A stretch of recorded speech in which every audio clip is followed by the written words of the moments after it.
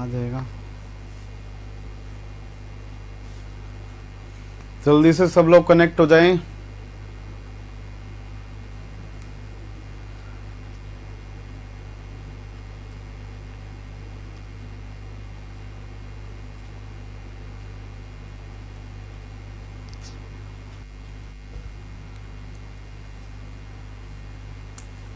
कितना टाइम लगेगा?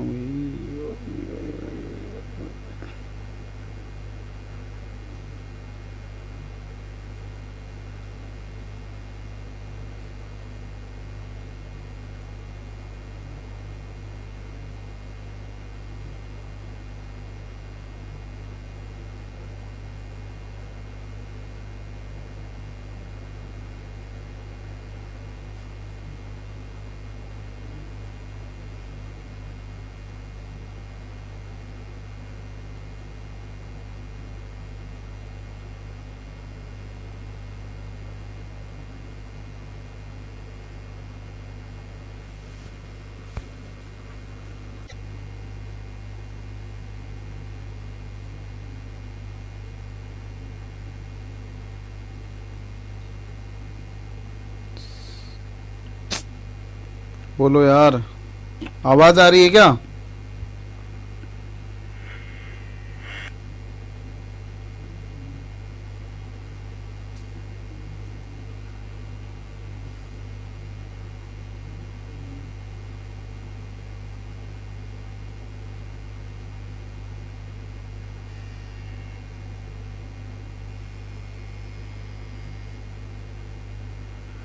ओके, आइए स्टार्ट कर रहे हैं। ठीक है सुनीत, हम लोग मेटलोसीन्स स्टार्ट करने जा रहे हैं और मेटलोसीन्स के अंदर ही अपने पास में सारा का सारा स्पेक्ट्रा भी है, तो इसको हम लोग पूरी डिटेल में डिस्कस करेंगे। तो जल्दी से बिना टाइम वेस्ट किए हुए देखना बोर्ड पे। अगर मान लीजिए कि आपके पास में कैसा कंपाउंड दे रखा है, जैसे आपके पास में कोई रिंग है, इस रिंग में मेटल आ जाए और फिर से क्या आ जाए, रिंग आ जाए, तो ये वाले जो कंपाउंड होते हैं जिनमें जो मेटल आयंस जो होता है वो दो रिंग के बीच में फंसा होता है, तो ऐसे कंपाउंड्स को बोला जाता है मेटलोसीन्स। क्या बोलते हैं? मेटलोसीन्स। जनरली जब भी मेटल की ऑक्सीडेशन स्टेट नॉन जीरो रही होंगी तो उन कंडीशंस में उन्हें उनके नेम के पीछे क्या वर्ड आता है? सीन वर्ड आता है। जैसे अगर मैं यहां पे मेटल को अगर क्या कर लेता हूं, आयरन कर लेता हूं, तो ये अपने पास में क्या बन जाएगा? इसका नाम फेरो, और इस पीछे क्या लगा देंगे? सीन लगा देंगे। ऐसे ही अगर यहां पे अगर मेरे पास में कुछ इस टाइप का निकल वाला कंपाउंड है, कुछ इस टाइप से, इसके ये जो होता है वो +2 ऑक्सीडेशन स्टेट में, मतलब +2 चार्ज में क्या करता है? एग्जिस्ट करता है। क्यों +2 चार्ज में एग्जिस्ट करता है? क्योंकि जितने भी मेटलोसीन्स होती हैं वो जर्नली 18 इलेक्ट्रॉन रूल को मोस्टली क्या कर लेती हैं? फॉलो कर लेती हैं। वो मोस्टली 18 इलेक्ट्रॉन रूल को फॉलो कर लेती हैं। अगर वो जर्नली कहां से रही होंगी? मतलब लेट मेटल्स रही होंगी। क्या रही होंगी? लेट मेटल्स रही होंगी। तो इसका नाम हो जाएगा क्या? निकलोसीन। इसको क्या बोल देंगे? निकलोसीन बोल देंगे, निकलोसीन बोल देंगे। ठीक है। ऐसे ही अगर आप यहाँ पे रुथीनियम लेके चलोगे तो रुथिनोसिन हो जाएगा, ओस्मियम लेके चलोगे तो ओस्मियोसिन हो जाएगा। ऐसे ही अगर आप न्यूट्रल कोई भी कंपाउंड, कोई भी रिंग लेके चलते हो और उसमें मेटल है, जैसे क्रोमियम लगा लेता हूं कुछ इस टाइप की, तो ये वाला जो कंपाउंड होगा इसका जो नाम होगा, क्योंकि मेटल की ऑक्सीडेशन स्टेट 0 आ गई है, तो इसमें हम लोग लिगेंड का नाम पहले लिख देंगे डाइबेंजीन। क्या लिख देंगे? लिगेंड का नाम पहले डाइबेंजीन। क्या हो जाएगा? क्रोमियम इसका नाम हो जाएगा। क्रोमियम इसका क्या हो जाएगा? नाम हो जाएगा। तो कुछ इस टाइप से इनकी नेमिंग होती है। मेटलोसीन जो कंपाउंड होते हैं इनमें जो मेटल होता है वो दो रिंग के अंदर दबा हुआ होता है, इसलिए इनको दूसरा नाम बोला जाता है इनका सैंडविच कंपाउंड भी बोलते हैं। क्या बोलते हैं? सैंडविच कंपाउंड में इन्हें बोला जाता है। दूसरी बात, अगर इसके अलावा अगर कैटेगरीज की बात की जाए तो अपने पास में कुछ टाइप के और भी मेटलोसीन्स होते हैं, मतलब जो साइक्लिक रिंग्स वाले जो कंपाउंड होते हैं वो दो कैटेगरी में और जनरली हम लोग डिवाइड कर लेते हैं।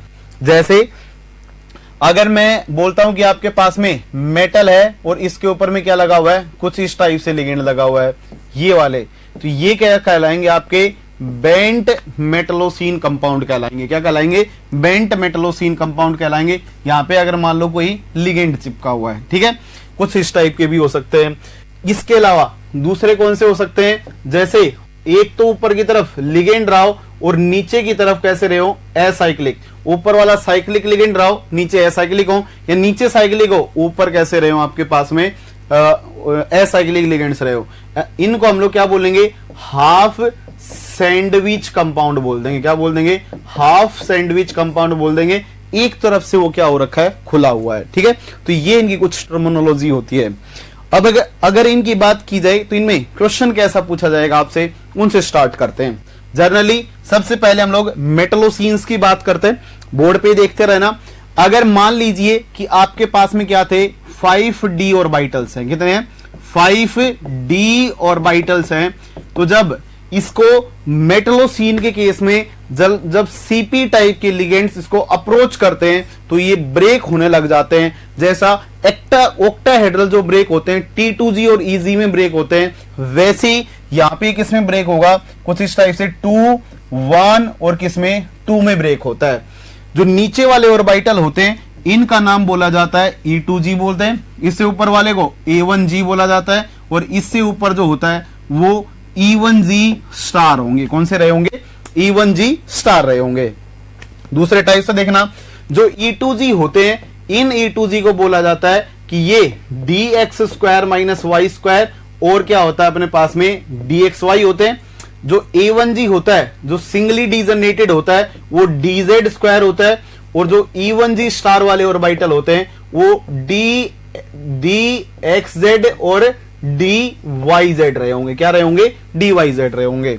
तो जर्नली ये भी पूछा जा सकता है कि जब कभी भी d ऑर्बिटल की तरफ cp लिगेंड्स माइग्रेट करते हैं तो जो d ऑर्बिटल होते हैं उनकी स्प्लिटिंग कैसे होती है, तो आपको इस स्प्लिटिंग का भी क्या होना चाहिए? आइडिया होना चाहिए, ठीक है।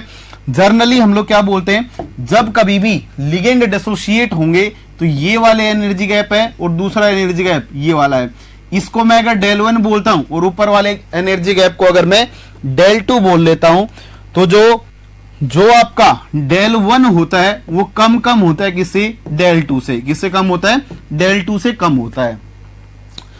अब सुनिएगा, अगर यहां पे पहला क्वेश्चन ये पूछा जाता है कि आपको कोई भी Cp2 मेटल करके कंपाउंड दे दिया जाएगा और आपसे ये बोला जाएगा कि इसके अंदर कितने नंबर ऑफ अनपेयर्ड इलेक्ट्रॉन है, और दूसरा क्वेश्चन पूछा जाएगा वो पैरामैग्नेटिक है या फिर वो डायमैग्नेटिक है। दो टाइप के क्वेश्चन आपसे यहां से पूछे जा सकते हैं। तो जरा सुनिएगा, मान लीजिए कि मैं यहां पे कंपाउंड लिख लेता हूं। यहां पे मैंने क्या रख लिए? कंपाउंड लिख लिए। कंपाउंड मेरे पास में कैसा है? Cp2 वेनेडियम है, दूसरा Cp2 क्रोमियम है, तीसरा Cp2Mn है, फोर्थ Cp2 आयरन है, फिफ्थ Cp2 कोबाल्ट है और Cp2 मेरे पास में निकल है।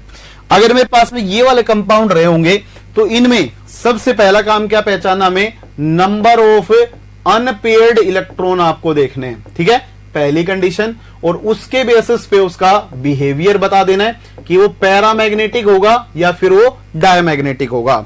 तो एक बात बताएं, Cp के ऊपर कितना चार्ज होता है? -1। कितने Cp लगे हुए हैं? 2। तो चार्ज कितना आ जाएगा? मेटल की जो ऑक्सीडेशन स्टेट होंगी वो हर केस में कितनी आएगी? +2 ऑक्सीडेशन स्टेट ऑब्जर्व होंगी। आपको ऐसी ऑक्सीडेशन स्टेट दिखाई देंगी। अब देखना, अगर मैं बोलता हूं कि अगर ये +2 ऑक्सीडेशन स्टेट में होंगे तो जर्नली जितने भी अपने पास में D के मेटल होते हैं उनका जो कॉन्फ़िगरेशन होता है वो NH2 और N-1DY कॉन्फ़िगरेशन होंगे। बोलो यार, कुछ इस तरीके से लिख सकता हूं, NH2 और N-1D। Y में कितने भी इलेक्ट्रॉन रहे हो वो मेटल के ऊपर डिपेंड करेगा। अगर यहां पे 2 इलेक्ट्रॉन है तो अगर ये +2 ऑक्सीडेशन स्टेट में होंगे तो हमेशा S वालों का ही क्या होगा? एक्साइटेशन होगा। हम लोगों ने पीरियोडिक में ये बात कर ली थी। अगर यहां से दोनों इलेक्ट्रॉन अगर इजेक्ट हो जाते हैं तो फिर D में जितने इलेक्ट्रॉन रहे होंगे वही इनका इलेक्ट्रॉनिक कॉन्फ़िगरेशन होगा। तो ये वाला वेनेडियम D3 होगा, इसमें क्रोमियम D4 होगा, ये D5 होगा, ये D6 होगा, D7 होगा और ये D8 रहा होगा। मेरे पास में कॉन्फ़िगरेशन आ चुका है। अब मेरे को अनपेयर्ड इलेक्ट्रॉन ढूंढने हैं तो पीछे डालते हैं हम लोग। अब देखना, जब मैं इसके अंदर इलेक्ट्रॉन्स की फिलिंग करने जाता हूं तो मेरे पास में जो ऑर्बिटल्स हैं वो ऑर्बिटल्स कैसे हैं, 2 ऑर्बिटल ऐसे हैं, 1 ऑर्बिटल ऐसे है, फिर 2 ऑर्बिटल ऐसे हैं।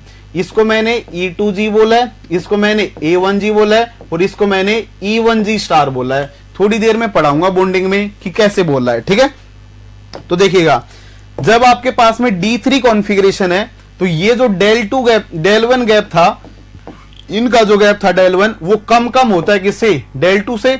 इसलिए जब 3 इलेक्ट्रॉन्स आएंगे तो यहां पे तीनों के तीनों कैसे होंगे, अनपेयर्ड फॉर्म में क्या होंगे, प्रेजेंट होंगे।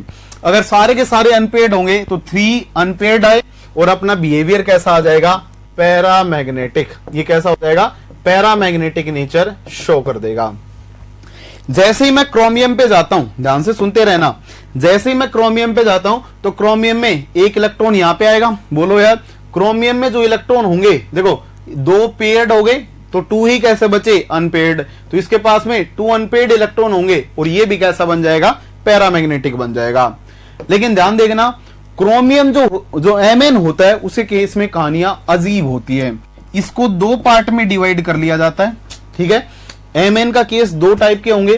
पहला केस जब वो किस में रहा होगा, सॉलिड फेज में रहा होगा, सॉलिड फेज में रहा होगा, और दूसरा फेज होगा जब वो गैसियस फेज में रहा हो, ठीक है। दोनों कहानियों को समझना। अगर सॉलिड फेज होंगे तो उन कंडीशंस में क्या क्या बातें होती हैं कि जो del1 होता है वो अप्रोक्सीमेटली इक्वल हो जाता है किसके, del2 के। ये एनर्जी गैप जो होते हैं वो अप्रोक्सीमेटली इक्वल हो जाते हैं। और वो इक्वल क्यों होते हैं, ड्यू टू पॉलीमराइजेशन। किसकी वजह से, पॉलीमराइजेशन होने की वजह से ऐसी कारनामे होते हैं। इसलिए del1 इक्वल टू del2 होगा। तो देखना, मैं फिर से इसके लिए नया एमओ डायग्राम बना रहा हूं। ये कुछ इस टाइप से थे, कुछ इस टाइप से थे।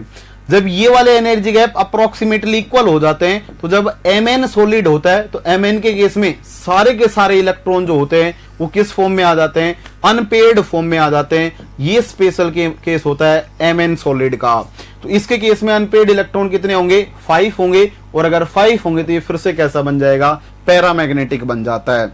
लेकिन जब आप गैसियस फेज में बात करते हो तो जो आपका नॉर्मल रूल चल रहा था वो नॉर्मल रूल फॉलो होगा। तो उन कंडीशंस में del2 बड़ा होगा किससे, del1 से।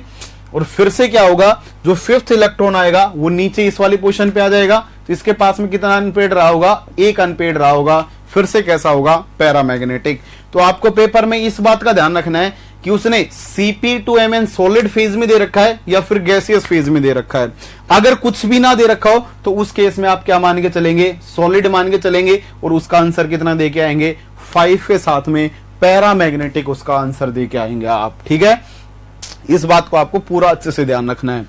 इसके अलावा जैसे आप किसके ऊपर आएंगे, आयरन के ऊपर आएंगे तो आयरन में D6 कॉन्फ़िगरेशन हो जाएगा। तो अगला इलेक्ट्रॉन यहां पे भरेगा तो सारे के सारे इलेक्ट्रॉन पेयर्ड फॉर्म में। तो जीरो इसमें क्या होंगे, अनपेयर्ड इलेक्ट्रॉन। और इसका नेचर कैसा हो जाएगा, कैसा हो जाएगा, डायामैग्नेटिक। कैसा बन जाएगा, डायामैग्नेटिक बन जाएगा। जैसे आप कोबाल्ट में आएंगे फिर से एक आएगा, क्योंकि इलेक्ट्रॉन का एक्साइटेशंस ऊपर होने लग जाएंगे। यहां पे इलेक्ट्रॉन आएगा तो इसके पास में 1 आएगा।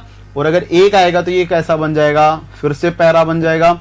जैसे आप निकल में आएंगे तो फिर से 1 इलेक्ट्रॉन चढ़ेगा। बोलो यार, जब चढ़ेगा तो फिर से कितने हो जाएंगे, 2 हो जाएंगे। और ये भी कैसा बनेगा, पैरामैग्नेटिक।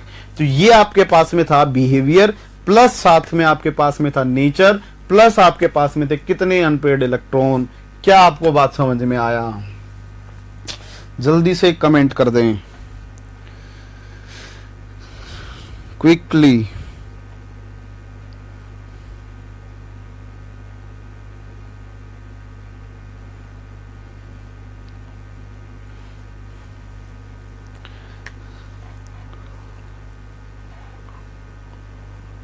ठीक है, इसको पक्का यहाँ पे ब्रैकेट में लिख लेना। ये सारी कहानियां होती हैं पॉलीमराइजेशन की वजह से।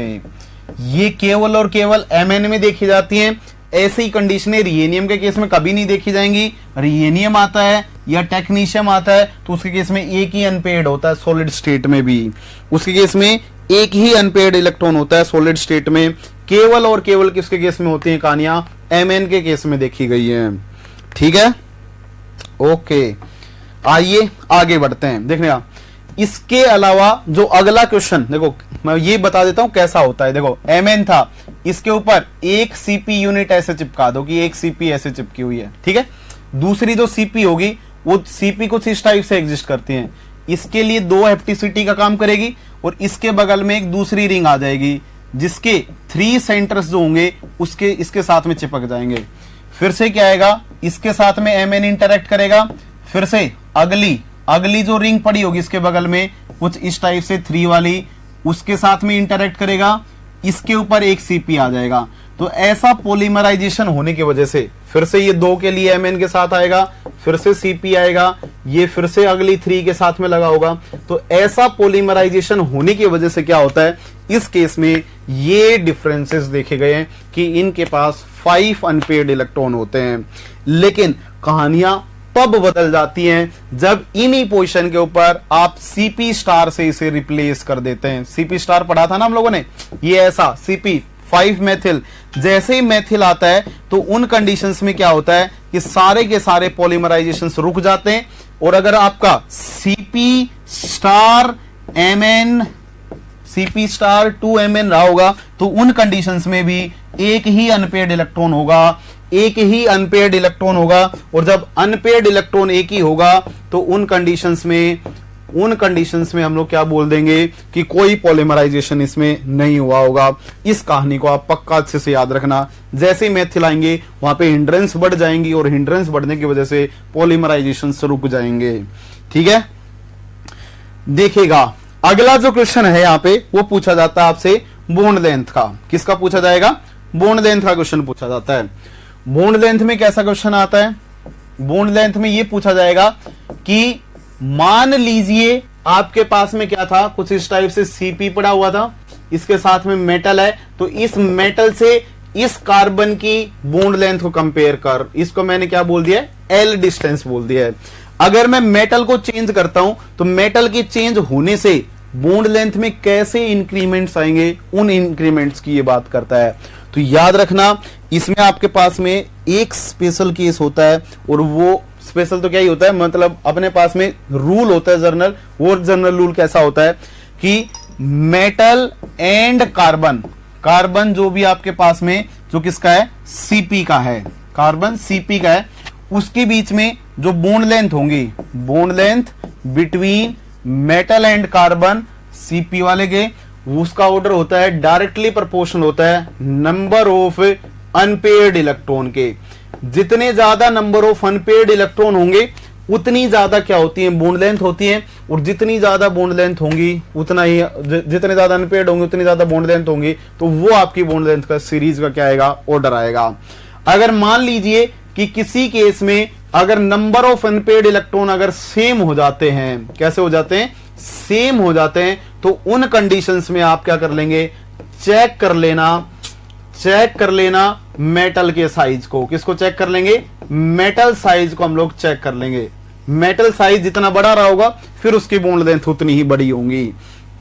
देखिएगा कहने का मतलब क्या था, अगर मैं सब सारी की सारी फॉर्म्स को, देखो गैसियस स्टेट वाले को हम लोग, मैंने आपको समझाया है, लेकिन आप जब जर्नल बात करेंगे तो ये सारे के सारे सॉलिड फेज में एग्जिस्ट करते हैं, और जब सॉलिड फेज में एग्जिस्ट करते हैं तो इसके पास में 5 अनपेयर्ड इलेक्ट्रॉन है, इसके पास 3 हैं, तो सबसे जो ज्यादा बॉन्ड लेंथ होंगी वो Cp2Mn में होंगी, देन Cp2Vanadium में होंगी। अब देखो इन दोनों में नंबर ऑफ इलेक्ट्रॉन सेम आ गए, तो जब आप लेफ्ट टू राइट में चलते हैं, तो साइज डिक्रीज करता है, तो क्रोमियम का साइज बड़ा होगा किससे, निकल से, तो फिर क्रोमियम वाले की बॉन्ड लेंथ ज्यादा होंगी किससे, निकल से, ठीक है। फिर कौन सा आ जाएगा, कोबाल्ट वाला, और लीस्ट होगा कौन सा, आयरन वाला।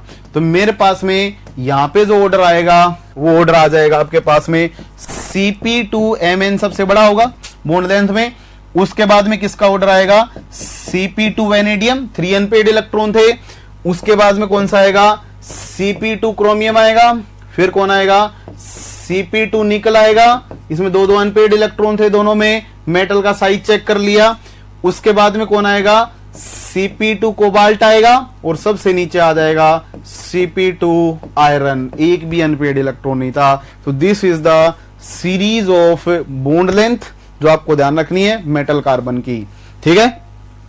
एक क्वेश्चन आप बता देंगे। क्वेश्चन में आपसे क्या पूछ रहा हूं, क्वेश्चन में पूछ रहा हूं कि आपके पास में Cp2 Cp*2Mn है, तो इसका इलेक्ट्रॉनिक कॉन्फ़िगरेशन बता दीजिए। इलेक्ट्रॉनिक कॉन्फ़िगरेशन ऑफ मेटल बता दीजिए, कॉन्फ़िगरेशन ऑफ मेटल बता दीजिए।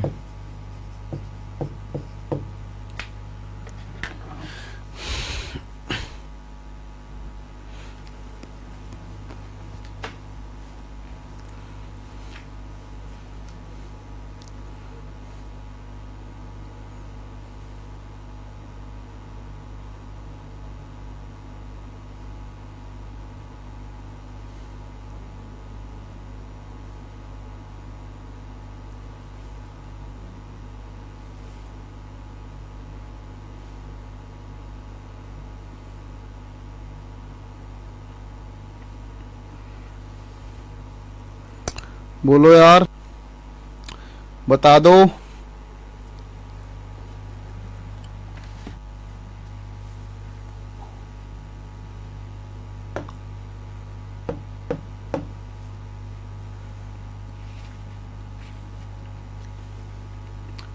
देखो Cp स्टार है, स्टार में पेयरिंग्स नहीं होंगी। बोलो यार, सॉरी, स्टार में क्या होंगी, एक ही अनपेड इलेक्ट्रॉन होगा, और जब एक ही अनपेड इलेक्ट्रॉन होगा तो कॉन्फ़िगरेशन कैसा आएगा, E2G में 4 इलेक्ट्रॉन्स होंगे, उसके बाद A1G में 2 इलेक्ट्रॉन्स होंगे क्या, A1G में एक ही तो होगा, ये तो D5 सिस्टम है, तो ये किसकी तरह बिहेव करेगा, ये गैसियस फेज की तरह बिहेव करेगा।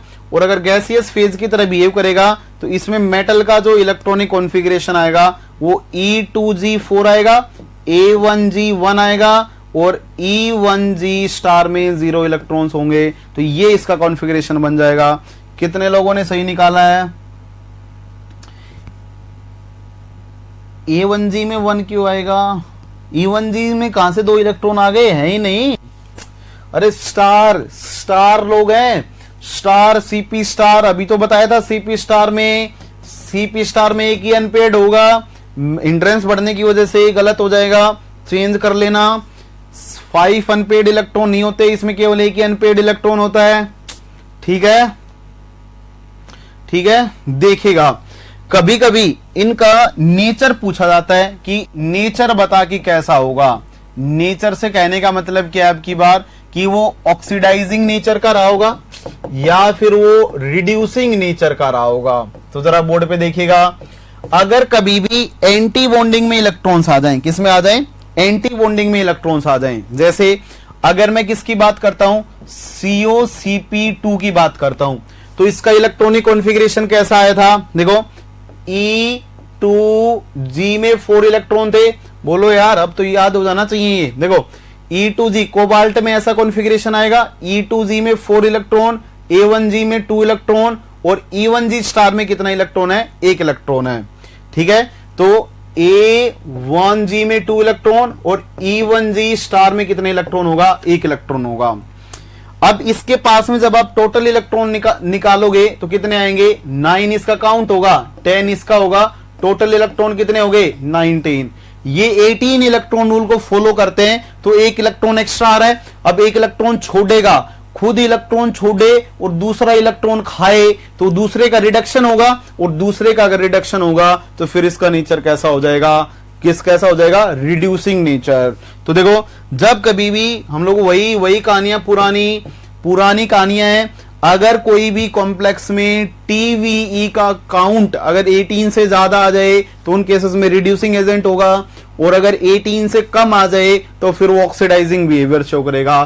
तो COCP2 ये कैसा होगा, आपके पास में रिड्यूसिंग एजेंट की तरह बिहेव करेगा, इलेक्ट्रॉन छोड़ेगा, खुद किस में कन्वर्ट होगा, Cp2 कोबाल्ट पॉजिटिव में। बोलो यार, 18 इलेक्ट्रॉन वाले में, तो यहां से 1 इलेक्ट्रॉन एक्साइट हो जाएगा, और बगल में Cl नेगेटिव टाइप के कंपाउंड डाल देना, वो खा जाएगा इलेक्ट्रॉन को। ठीक है, क्या कहानियां समझ में आई, बोल दो, बोलो यस, बोलो यस। ये OMC की लास्ट क्लास है, जल्दी से कमेंट करें।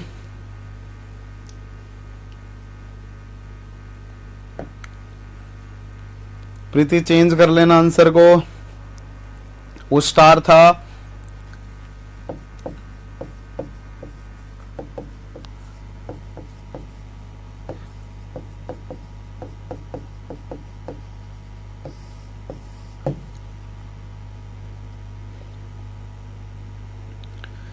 जय माता दी, सही है भैया। कौन सी चढ़ाई कर रहे हो? जय माता दी याद आ रही है। आइए आगे बढ़ते हैं, ठीक है। देखिएगा, कोई नहीं, ठीक है, कोई दिक्कत नहीं, स्टार था, ठीक है, ओके। पेपर में मत देख लेना, देखना। अगर मैं बॉन्डिंग की बात करता हूं तो मैंने क्या लिया, मेटल लिया है। अच्छे से देखना, कहानियां बिल्कुल साफ हो जाएंगी पानी की तरह। आज तक जितने भी आपके क्वेश्चन डाउट में होंगे वो सारे यहीं से क्लियर होंगे अच्छी तरीके से। देखिएगा भाई, ये आपके पास में सीपी था। इस मेटल के पास में 5 d ऑर्बिटल्स होते हैं। एक dx² - y² होता है और एक dxy होता है। 2 ऑर्बिटल ये वाले थे जिनको हम लोगों ने E2g की कैटेगरी में रखा था। दूसरा अपने पास में dz² था, इसको हम लोगों ने A1g की कैटेगरी में रखा था। और जो लास्ट वाले थे अपने पास में वो dzx और dyz थे, इनको हम लोगों ने E1g* में रखा था, ठीक है।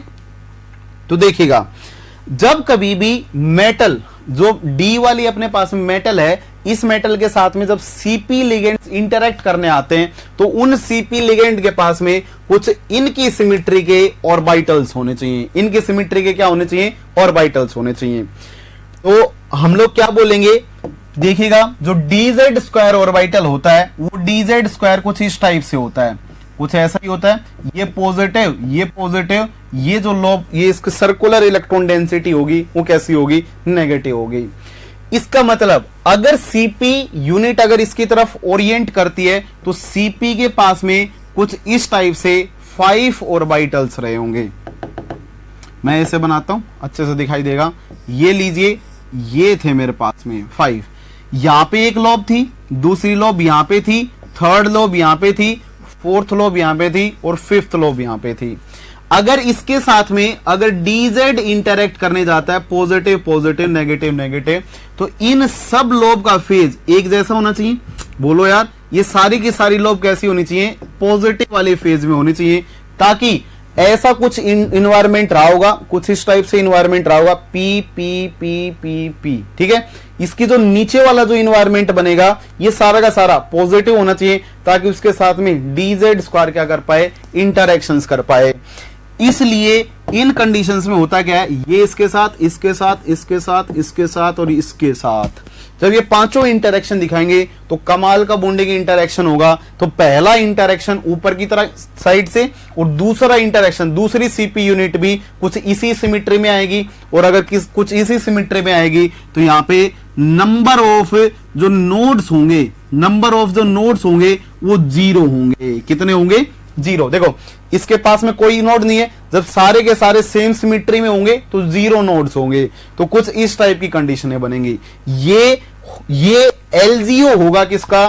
सीपी का, जो dz² के साथ इंटरेक्ट करेगा। दूसरी कहानियों में देखना, दूसरी कहानी में अगर मैं बात करता हूं तो अगला जो है अपने पास में जो आपके E1g* वाले हैं, कौन से? E1g* वाले हैं। उसमें कैसा है, z एक्सिस कुछ इस टाइप से थी, तो एक ऑर्बिटल अगर मैं x एक्सिस को इसके अलोंग मान लेता हूं और ये z एक्सिस थी, तो फिर इसके पास में जो ऑर्बिटल पड़ा होगा, dzx ऑर्बिटल पड़ा होगा, वो पॉजिटिव नेगेटिव कुछ इस टाइप से, नेगेटिव पॉजिटिव में पड़ा होगा। बोलो यार। तो देखो, ऊपर से सीपी आ रहा है, ऊपर से कौन आ रहा है? सीपी आ रहा है। जो सीपी आएगा तो उसके साथ में जब dz जब इंटरेक्ट करेगा तो उसकी एक लोब पॉजिटिव होगी और दूसरी लोब कैसी होगी? नेगेटिव होगी। ये कुछ इस टाइप से इंटरेक्ट करेगा। अब dz² अगर ऐसा था तो dxz कुछ इस टाइप से होगा। z एक्सिस ऐसी है, तो अब ऊपर से सीपी आ रहा है तो उसको 2 सिमिट्री के ऑर्बिटल चाहिए, एक पॉजिटिव लोब की सिमिट्री का, एक नेगेटिव लोब की सिमिट्री का। अगर वो पॉजिटिव लोब की सिमिट्री की मैं बात करता हूं तो इसके क्रॉसपोंडिंग जो LGO जनरेट होगा, जो LGO लिगेंड फील्ड थ्योरी अभी आप सर पढ़ाएंगे आपको, ठीक है। उसमें आते हैं, ये लीजिए एक ऑर्बिटल ऐसा होगा, एक ऑर्बिटल ऐसा होगा, एक ऑर्बिटल ऐसा होगा, एक ऐसा रहा होगा और एक ऐसा रहा होगा, ठीक है। समझिएगा कहानियों को। अगर मैं ऐसा बोलता हूं कि इसमें से अगर मैं यहां से इस पोर्शन से एक नोड पास कर देता हूं ऐसा, ये लीजिए मैंने इसके अंदर क्या डाल दिया है, एक बीच से लाइन डाल दी है जो नोड है, तो इन दोनों का फेज पॉजिटिव होगा, ऊपर वाली लोब नेगेटिव होंगी, ये बीच में आएगी तो कट जाएगी, तो ये अगर ये पॉजिटिव था, अब ये नीचे वाला नेगेटिव होगा, पॉजिटिव होगा, नेगेटिव होगा, पॉजिटिव होगा। तो देखो इस वाले पार्ट को अगर मैं वेज से दिखा देता हूं, कुछ इस टाइप से मैंने वेज से दिखा दिया, ये अपने लिए फ्रंट है, फ्रंट पार्ट है, और ये अपने लिए डैश पार्ट है, पीछे पड़ा हुआ है, कुछ इस टाइप से पीछे पड़ा हुआ है, ठीक है, कुछ इस टाइप से फ्लैट। इसमें क्या दिखा दिया मैंने, इसको मैंने वेज से दिखा दिया है, कुछ इस टाइप से वेज से, जो फ्रंट में लोब आ रही है ये लीजिए, और ये वाली लोब कैसी जा रही है, पीछे जा रही है, कुछ इस टाइप से। जब इसके साथ में इंटरेक्शन करने आएगा तो इन पॉजिटिव वालियों के साथ में ये पॉजिटिव इंटरेक्ट कर जाएगा, और इन दोनों नेगेटिव के साथ में ये नेगेटिव इंटरेक्ट कर जाएगा। तो आपके पास में पूछा जाएगा जो आपका E1G स्टार है उसके क्रॉसपोंडिंग जो एलजीओ लिगेंड जो ऑर्बिटल्स आपके पास में, वो लिगेंड ग्रुप ऑर्बिटल्स कैसे जनरेट होंगे, वो ऑर्बिटल होते हैं उनके अंदर एक नोड होता है। नंबर ऑफ नोड्स कितने होंगे, नंबर ऑफ नोड्स कितने होंगे, एक होगा, क्योंकि जब एक नोड होगा तो इनकी सिमेट्री का ऑर्बिटल जनरेट होगा, ठीक है। तो ऐसा इंटरेक्शन होता है। और जो थर्ड टाइप का ऑर्बिटल होते हैं अपने पास में, वो होते हैं E2G।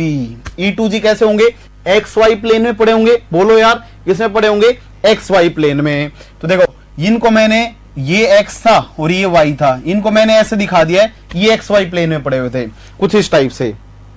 ऊपर से CP आ रहा है तो CP कुछ इस टाइप से आएगा। तो देखो इसकी एक लोब पॉजिटिव होगी, नेगेटिव होगी, पॉजिटिव होगी, नेगेटिव होगी, कुछ इस टाइप से रही होंगी।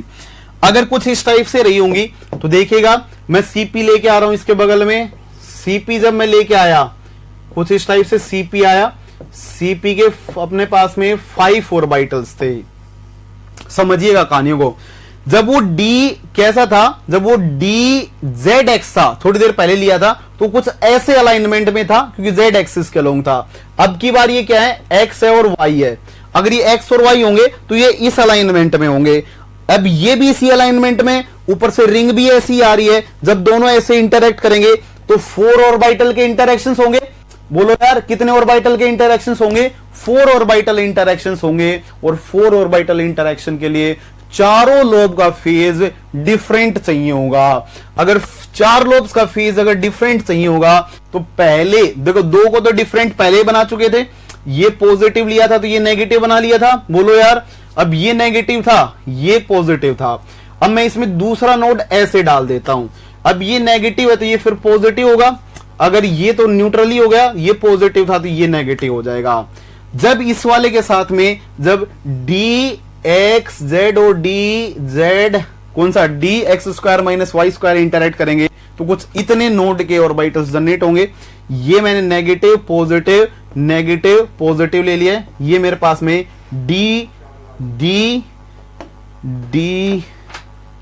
है, कौन सा है, XY है। तो इसके इस लोब के साथ में ये इंटरेक्ट करेगा, इस वाली लोब के साथ में ये इंटरेक्ट करेगा, इस वाली लोब के पिछले वाले के साथ में ये इंटरेक्ट करेगा और इसके साथ ये इंटरेक्ट करेगा। तो जो E2G की लोब होती है उसमें उसके कॉरस्पॉन्डिंग जो LGO जनरेट होंगे, उन LGO में 2 नोड्स होंगे। कितने नोड्स होंगे, 2 नोड्स होंगे। ऐसी बॉन्डिंग आएगी। क्या ये बॉन्डिंग आपको समझ में आई, क्या ये बॉन्डिंग आपको समझ में आई। नंबर ऑफ नोड्स पूछ लेता है, ठीक है, बता दीजिए क्या आपको ये बात समझ में आई। अगर ये बात समझ में आई तो कमाल की बात ही समझ में आई होगी। देखिएगा, बोल लें एक बार, जैसे इंटरेक्शन ऊपर से होंगे वैसे इंटरेक्शन नीचे से भी होंगे। तो मैंने एक के इंटरेक्शन दिखाए, नीचे वाले के अपने आप फिक्स हो गए हैं।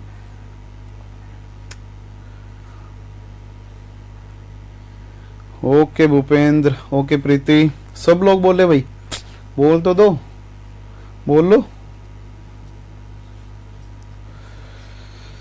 ओके सुनीत जी, धन्यवाद। चलें आगे, देखिएगा।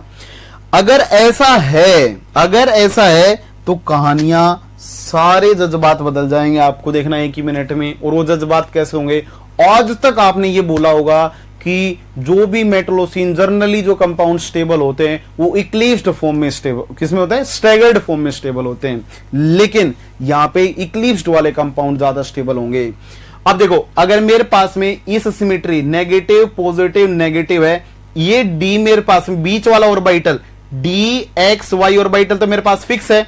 अगर ये फिक्स है तो जिस सिमेट्री में ऊपर वाला आएगा उसी सिमेट्री में तो नीचे वाला भी आएगा। अगर इस ऑर्बिटल के साथ इंटरेक्ट करना है तो देखो, इस पॉजिटिव लोब के साथ में ये तो इंटरेक्ट कर रहा होगा ऊपर से, और ऐसा ही एक यूनिट नीचे से इंटरेक्ट कर रही होगी। तो ये जो इन दोनों के जो कॉर्नर बनेंगे वो कॉर्नर एक दूसरे के जस्ट नीचे होंगे, और जब एक दूसरे के जस्ट नीचे होंगे तो वो फॉर्म जो होंगी वो इक्लिप्स्ड फॉर्म हो जाएंगी।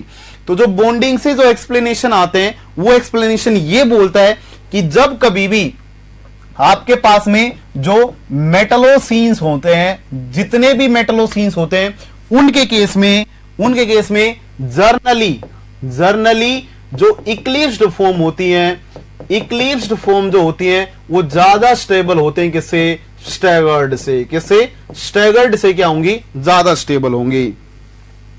अगर ऐसा है, नहीं, वो क्वेश्चन पूछेगा कि एलजीओ में कितने नोड होते हैं। वो इंटरेक्शंस तो हम लोगों ने देख लिए, इंटरेक्शंस तो मैंने देख लिए, वो तो मैंने समझाने के लिए इतने नोड होने चाहिए, ऐसे ऑर्बिटल का ओरिएंटेशन होनी चाहिए, वो मैंने समझाई है। तो वो पूछेगा आपसे कि जो मेरे पास में E2G ऑर्बिटल है फेरोसीन के केस में, उसके कोरोस्पोंडिंग जो एलजीओ होगा उसमें कितने नोड होंगे। तो वो क्वेश्चन मैंने एक्सप्लेन किया है, उसके अंदर 2 नोड्स होंगे। ठीक है, देखिएगा। दूसरा, इक्लिप्स के लिए मैंने क्या किया, इसको एक्सप्लेनेशन दिया है। ठीक है, आपको देखिएगा। अगर मैं मेटलोसीन्स के केस में इक्लिप्स्ड और की स्टगर्ड की कहानियों को अगर मैं चेक करने जाता हूं तो मैं इसको 2 पार्ट में डिवाइड कर लेता हूं। पहला पार्ट जो होता है मेरे पास में वो 3D सीरीज वाली मेटलोसीन्स रही होंगी। कौन सी रही होंगी? 3D सीरीज वाली मेटलोसीन्स रही होंगी।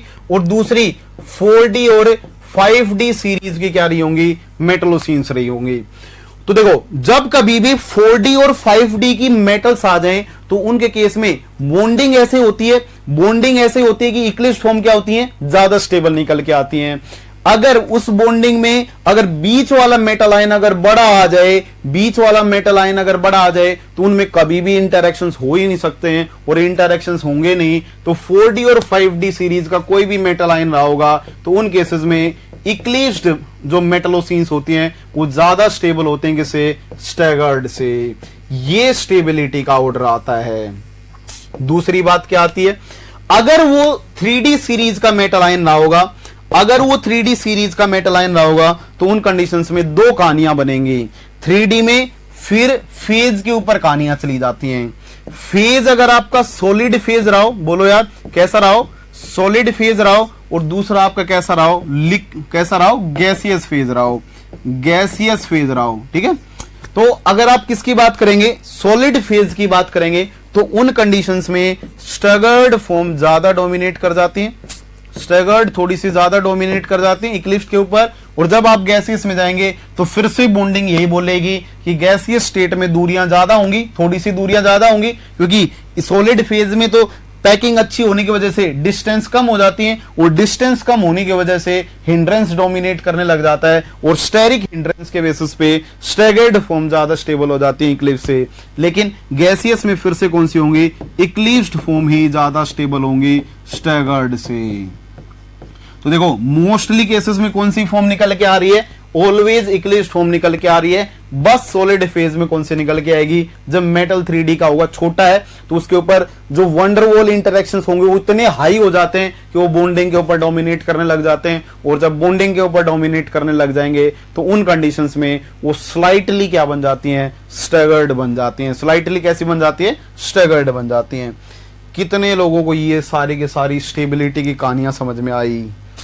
जल्दी से एक कमेंट, डू 1 कमेंट।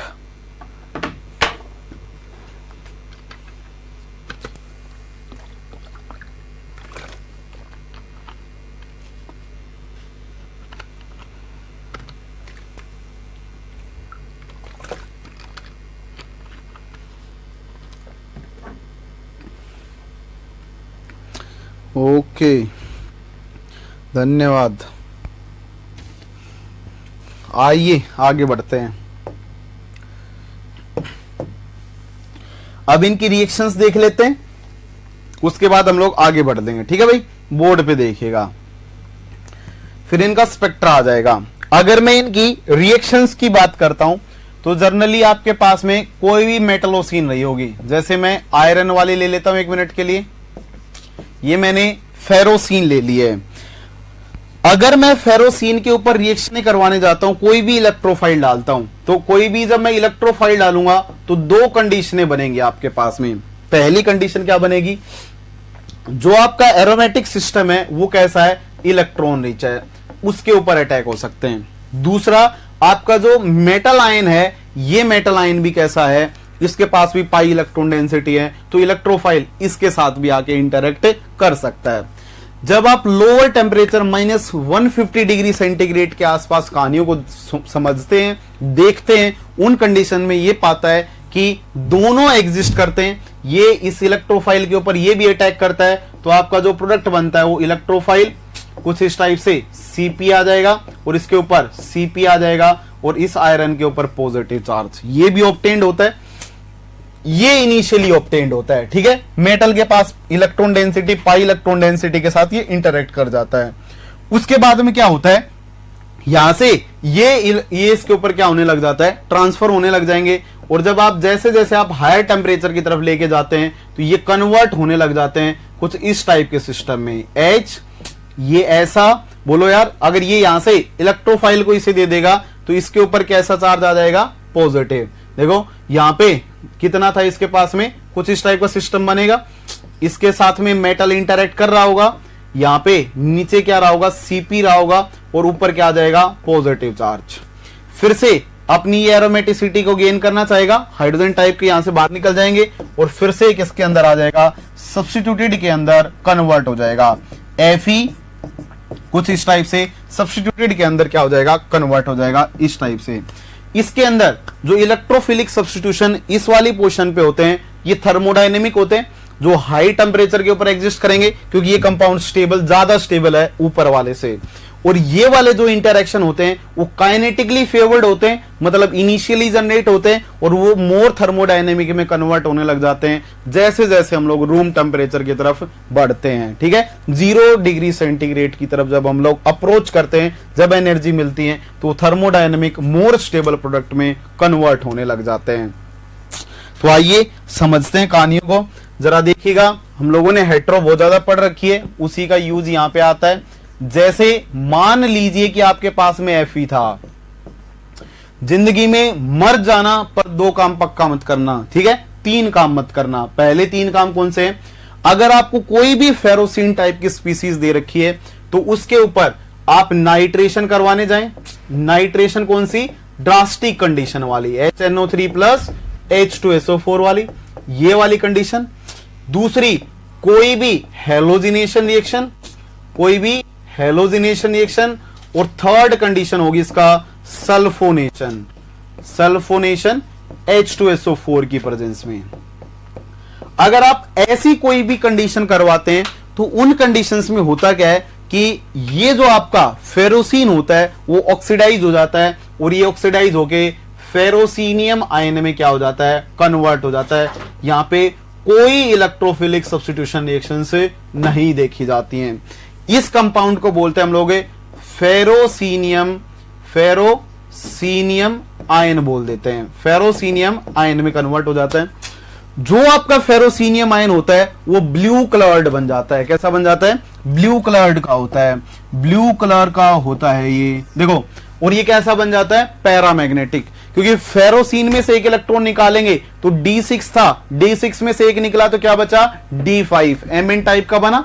बोलो यार कैसा बना, Mn टाइप का।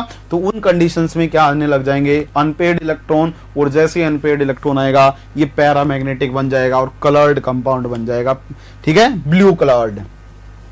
अब देखना, ये वाली जो स्पीसीज होती है वो हम लोगों ने कहां पे पढ़ी थी? जब माइग्रेटरी इंसर्शन की बात की थी तो हम लोगों ने बोला था अगर आप फेरोसीनियम आयन टाइप की स्पीसीज डाल दोगे तो वो उसके साथ कोऑर्डिनेट कर लेता है, और जैसे ही कोऑर्डिनेट करेगा CO के ऑक्सीजन के साथ, वहां पे क्या होने लग जाएंगे, माइग्रेटरी इंसर्शन की रेट अप्रोक्सीमेटली 10 की पावर 12 टाइम्स क्या हो जाती थी, इंक्रीज हो जाती थी। तो ये इतना अनस्टेबल हो जाता है कि यहां से क्या करने लग जाएगा, किसी दूसरे से इलेक्ट्रॉन डेंसिटी खींचने की कोशिश करेगा। ठीक है, समझिएगा कहानियों को आगे।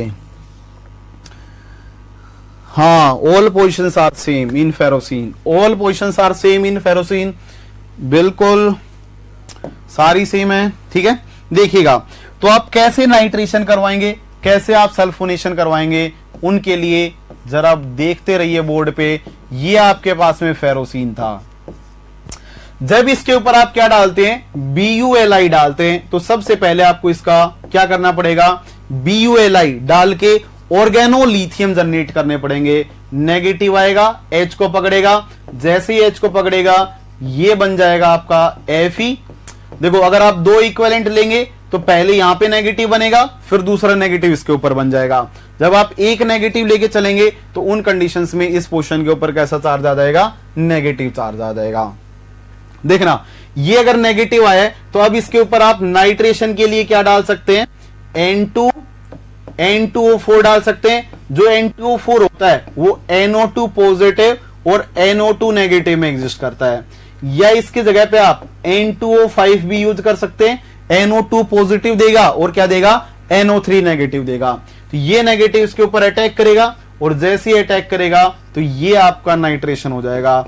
अगर आपको कभी भी नाइट्रेशन करवाना है, तो आपको पहले ऑर्गेनोलिथियम कंपाउंड पक्के ही जनरेट करने पड़ेंगे। बोलो यार क्या करना पड़ेगा, ऑर्गेनोलिथियम कंपाउंड जनरेट करने पड़ेंगे। ऐसे ही जब आप आयोडीनेशन करवाने जाएंगे, ब्रोमिनेशन करवा ले, इसके ऊपर आयोडीनेशन करवा ले, तो उन कंडीशंस में आपको फिर से क्या करना पड़ेगा, बोलो यार फिर से क्या करना पड़ेगा, कुछ इस टाइप का BuLi बनाना पड़ेगा। BuLi की प्रेजेंस में ऑर्गेनोलिथियम बनाना पड़ेगा, और उस ऑर्गेनोलिथियम के ऊपर I2 का अटैक करवा देंगे। ठीक है, ऐसी रिएक्शन चलेंगी। अब आपको बताना है इसके ऊपर अगर आप क्या डाल देते हैं, BuLi डाल के इसके ऊपर TMEDA डाल देते हैं, टेट्रामिथाइल इथाइलिन डायामीन अगर आप डाल देते हैं, तो उन कंडीशन में हमेशा वो वो कैसा बनाता है, वो हमेशा डाई अनायन बनाता है। इस बात को याद रखना। स्ट्रॉन्ग चिलेशन होने की वजह से वो ऑलवेज डाई अनायन बना देता है। देखो यहां पे क्या होगा, आपका लिथियम आएगा, यहां पे भी Li आएगा। जो नाइट्रोजन था ना उसका चिलेशन बहुत अच्छा हो जाता है, इनके साथ बहुत ही तगड़ा चिलेशन हो जाता है, जिसकी वजह से वो हमेशा डाई अनायन बनाएगा। क्योंकि जब BuLi आएगा तो एक BuLi ने अगर इसके साथ बना लिया होगा तो इसके पास से पक जाएगा, फिर अगला BuLi इसके साथ इंटरेक्शन कर रहा होगा तो इससे तो इसी का हाइड्रोजन निकलवा देगा। तो जब अकेला BuLi होता है और एक इक्विवेलेंट डालते हैं तो उन कंडीशंस में जनरली वो ऐसा प्रोडक्ट देता है, एक ही बार देगा। अगर आप क्या लेके चलेंगे, आप अगर कैसा TMEDA साथ में लेके चलेंगे तो उन कंडीशंस में दोनों रिंग्स के जो हाइड्रोजन होंगे वो लिबरेट हो जाएंगे, BuLi की प्रेजेंस में बाहर निकल जाएंगे। ठीक है, अब्स्ट्रैक्ट हो जाएंगे, सही वर्ड। ठीक है, तो याद रखना इसमें नेगेटिव चार्ज sp3 के ऊपर है, यहां चार्ज sp2 के ऊपर है, इसलिए ज्यादा स्टेबल है। तो ये इक्विलिब्रियम कैसा गया, फॉरवर्ड में गया है। एक ऑर्गेनोलिथियम से नया ऑर्गेनोलिथियम आपने जनरेट करवा लिया है। ठीक है, शायद समझ में आ गया होगा, इसमें कुछ ऐसी कहानियां थी नहीं। और ठीक है, अब देखिएगा मैं आपको क्वेश्चन दे रहा हूं, आप जल्दी से करके बता दें। पहला DMFPOCl3 first step, second step में aqueous Ne2CO3, सेकंड है आपके पास में HCHO R2NH और ACOH है, ये है। दोनों कंडीशन में बता दें क्या प्रोडक्ट बनेगा। तीसरा है आपके पास में RxAlCl3, ये 1 है। दूसरा R2xAlCl3। फोर्थ है R C double bond OCl AlCl3 और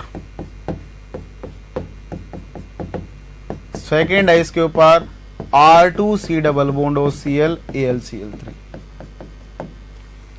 पढ़ा चुका हूं भाई मैं।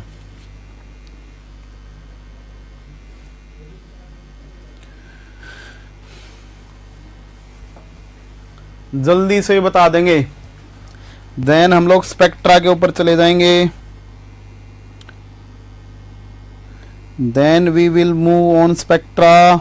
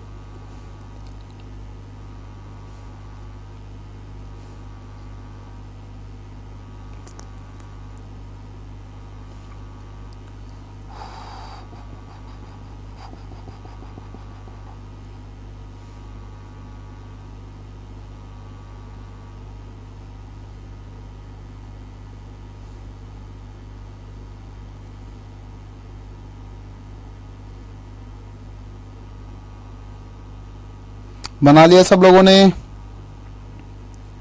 क्या आप सब लोगों ने बना लिया है?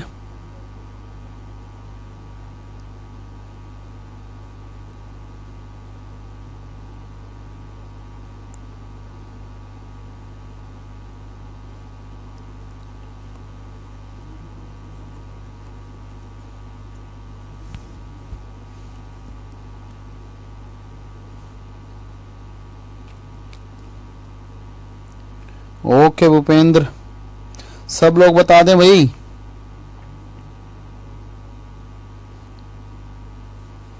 एवरीबडी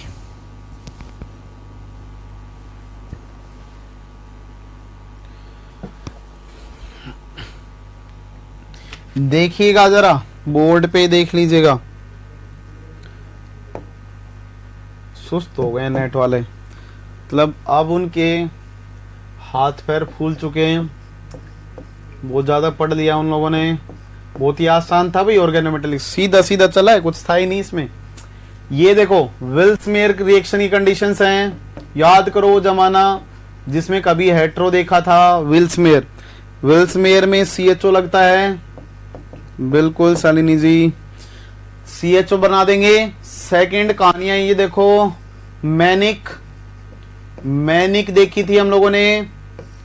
मैनिक के केस में क्या लगता है? टर्सरी अमीन। बोलो यार, क्या जनरेट होगा टर्सरी अमीन? तो देखो ये एल्डिहाइड जो था आपका, इसके C और CH2 लेना होता है, यहां पे इसका NR2 लेना होता है। ठीक है, तो NR2 इसके साथ चिपका दें, ये इमीनियम आयन बना के आगे रिएक्शन CH2 NR2 आएगा। बिल्कुल सही जवाब है। अब देखो इस केस में क्या होगा, जब आप फर्स्ट टाइम रिएक्शन करवाने जाएंगे, बोर्ड पे देख लेना एक बार, Fe, जब आप फर्स्ट टाइम एरोमेटिक सब्स्टिट्यूशन करवाएंगे तो R1 इस वाले के ऊपर आ गया, मान लीजिए कि ये R1 आ गया है। अब अगर इसके ऊपर ये जो R1 होगा वो +H और +I से रिंग की इलेक्ट्रॉन डेंसिटी बढ़ाएगा, और अगर बढ़ाएगा तो इसके ऊपर इलेक्ट्रॉन डेंसिटी ज्यादा होंगी, और अगर इलेक्ट्रॉन डेंसिटी ज्यादा होंगी तो फिर अगला जो R ग्रुप आएगा वो इसी रिंग के ऊपर आगे चिपकने लग जाता है। और सेकंड, ये इलेक्ट्रॉन रिच होने की वजह से दोनों R ग्रुप जाएंगे वो एक ही रिंग के ऊपर आएंगे। ठीक है, ये बात भी आप नेट वाले हैं तो जानते ही हैं। इसके अलावा अगर लास्ट वाले में बात करता हूं तो देखो, जब आप असाइलेशन की कंडीशंस डालेंगे इसके ऊपर, जब आप असाइलेशन की बातें करेंगे तो उन केसेस में पहला जो R1 होगा, R1 ये लीजिए C डबल बॉन्ड R1 लगाया, इसका नेचर कैसा है? -I का। अगर ये -I लगाएगा तो ये इलेक्ट्रॉन डेंसिटी कम होगी, ED कम होगी, और जब ED कम होगी तो फिर दूसरी रिंग के ऊपर होगा, तो सेकेंड टाइम जो सब्स्टिट्यूशन होंगे वो सेकेंड रिंग के ऊपर होंगे। ये बात कितने लोगों को समझ में आ गई है? जल्दी से बता दो, ये कितने लोगों को समझ में आ गई है? देन आगे बढ़ लेंगे। जल्दी से एक कमेंट कर दें, जल्दी से आप एक कमेंट कर दें। बिल्कुल भूपेंद्र सही जवाब था।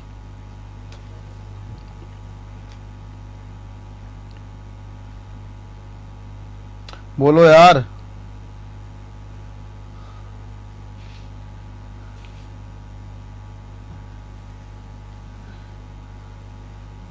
मतलब थर्ड क्वेश्चन में देखो, यहां पे जब रिंग के साथ इलेक्ट्रॉन डेंसिटी बढ़ जाएगी तो इसका प्लस एच तो काट ही दो, प्लस आई ज्यादा होगा, और प्लस आई इसकी पास वाली पोर्शन पे ज्यादा लगेगा, इसलिए इस पोर्शन के ऊपर अटैक ज्यादा देखे गए हैं, इस वाली पोर्शन के ऊपर अटैक ज्यादा देखे गए हैं।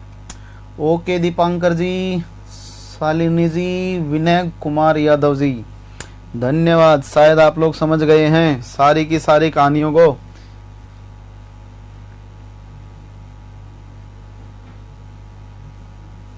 आइए आगे बढ़ते हैं भाई। स्पेक्ट्रा आ गया है स्पेक्ट्रा। देखिएगा, ये अब मैं जो बता रहा हूं वो आपको हर जगह से कनेक्ट कर देगा। अगर जितना भी आपने अभी तक पढ़ा है उसमें जो भी आपके अल्काइलेशंस हुए हैं, जो भी रिएक्शंस हुई हैं अब तक, उन रिएक्शंस में कितने नंबर ऑफ सिग्नल्स आएंगे वो यहां से कनेक्ट हो जाएंगे आपके। ठीक है, तो अब इस वाले पार्ट को आप अच्छे से सीखना। ठीक है, बोर्ड पे देखते रहेंगे। मतलब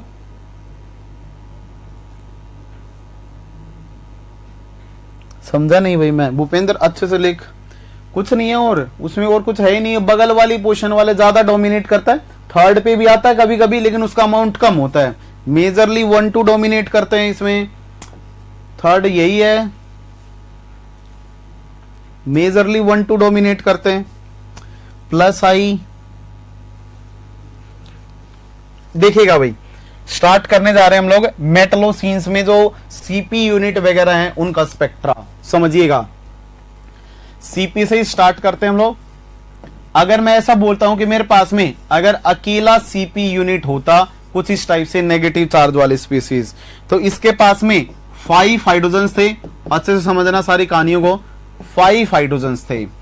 जब इस वाले कंपाउंड को मैं एनएमआर ट्यूब में पुट करता हूं तो इसके ऊपर हम लोगों ने B nought magnetic field lines apply की होंगी, और जो B nought magnetic field lines apply की होंगी तो यहां पे आपके पास में क्या जनरेट होगा, कुछ इस टाइप से magnetic field lines anisotropy effect की वजह से जनरेट होने लग जाएंगी।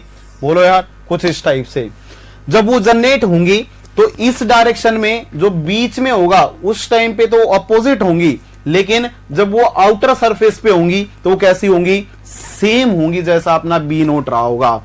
इसलिए यहां पे जो हम लोग बोलेंगे कि जो डेल्टा है वो डेल्टा डायरेक्टली प्रोपोर्शनल होगा किसके, B naught plus B I के। इन मैग्नेटिक फील्ड्स की वजह से जो मैग्नेटिक फील्ड लाइन जनरेट हुई है उसको मैंने नाम दे दिया किसका, बी आई का, बी आई मैग्नेटिक फील्ड का। ठीक है, बी आई मैग्नेटिक फील्ड का।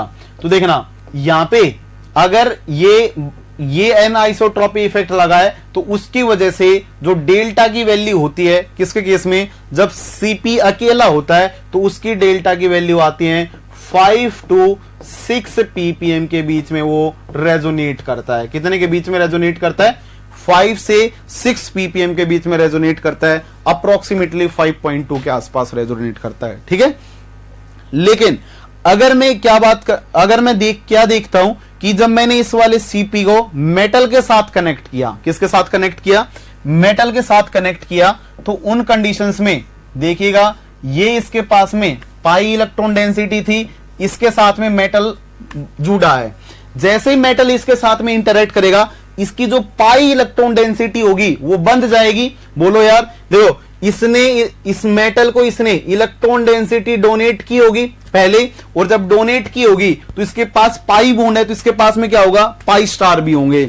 लेकिन इसके केस में जो बैक डोनेशंस होते हैं वो बहुत लेस होते हैं। जो बैक डोनेशन का जो एक्सटेंट होता है ये है कैसा, ये पाई एक्सेप्टर लिगेंड ही है क्योंकि इसके पास में पाई स्टार है, लेकिन एरोमेटिक होने की वजह से जो extent of pi back donation होता है वो बहुत लेस अमाउंट में होता है। लेस अमाउंट में होने की वजह से हम लोग यहां पे क्या बोलते हैं कि ये जो कंपाउंड होता है वो कैसा दिखाई देता है, कुछ इस टाइप से। इसकी इलेक्ट्रॉन डेंसिटी बंध जाती है, कुछ पार्शियल बॉन्ड्स का फॉर्मेशन होने लग जाता है। जैसे ही पार्शियल बॉन्ड का फॉर्मेशन होने लग जाएगा, यहां से पाई इलेक्ट्रॉन डेंसिटी डिक्रीज करेगी, और अगर पाई इलेक्ट्रॉन डेंसिटी डिक्रीज करेगी तो उसकी वजह से जनरेट होने वाली बीआई भी क्या करती है, डिक्रीज करती है। और जब बीआई डिक्रीज करेगी तो डेल्टा डायरेक्टली प्रोपोर्शनल था किसके, बी नॉट प्लस बीआई के। बोलो यार, अगर बीआई डिक्रीज होगा तो उसकी वजह से डेल्टा की वैल्यूज भी क्या होंगी, डिक्रीज होंगी। और अगर इसके डेल्टा की वैल्यूज डिक्रीज होंगी तो जब कभी भी मेटल के साथ में सीपी कोऑर्डिनेटेड होता है तो उसका जो डेल्टा होता है वो लाई करता है 3 to 4.5 ppm के बीच में। कितने के बीच में लाई करता है, 3 to 4.5 ppm के बीच में लाई करता है। डिपेंड करेगा कि साइड लिगेंड्स और दूसरे कौन से लगे हुए हैं। अगर मैं मेटलोसीन्स में से बात करता हूं कि मेरे पास में अगर क्या रहा होता, अगर अकेला आयरन वाला फेरोसीन होता तो इसका जो प्रोटॉन होता है, ये सारे के सारे प्रोटॉन एक जैसे होंगे। बोलो यार, इसके पास में कितने हाइड्रोजन होंगे, 10 हाइड्रोजन होंगे।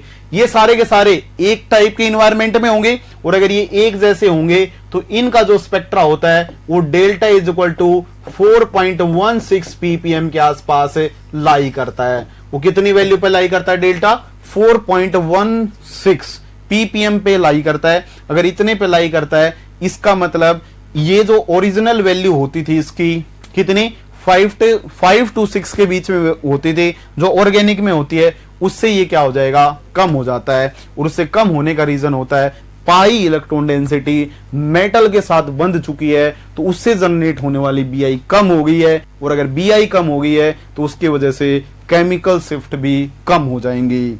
बोलो कितने लोगों को ये कहानियां समझ में आई, बोल तो दो, कितने लोगों को ये कहानियां समझ में आई।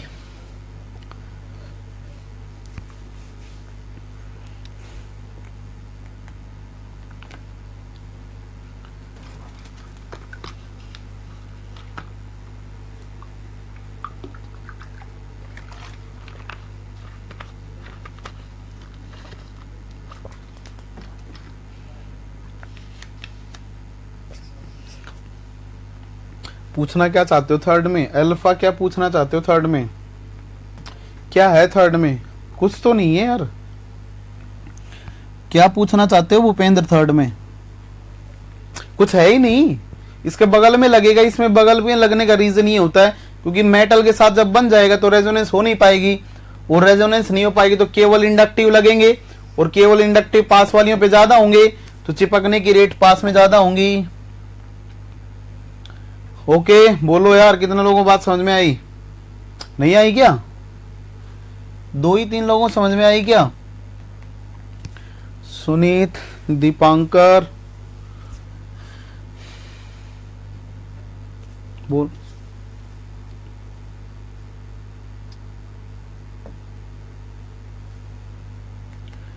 ओके आइए आगे बढ़ देते हैं, ठीक है भाई।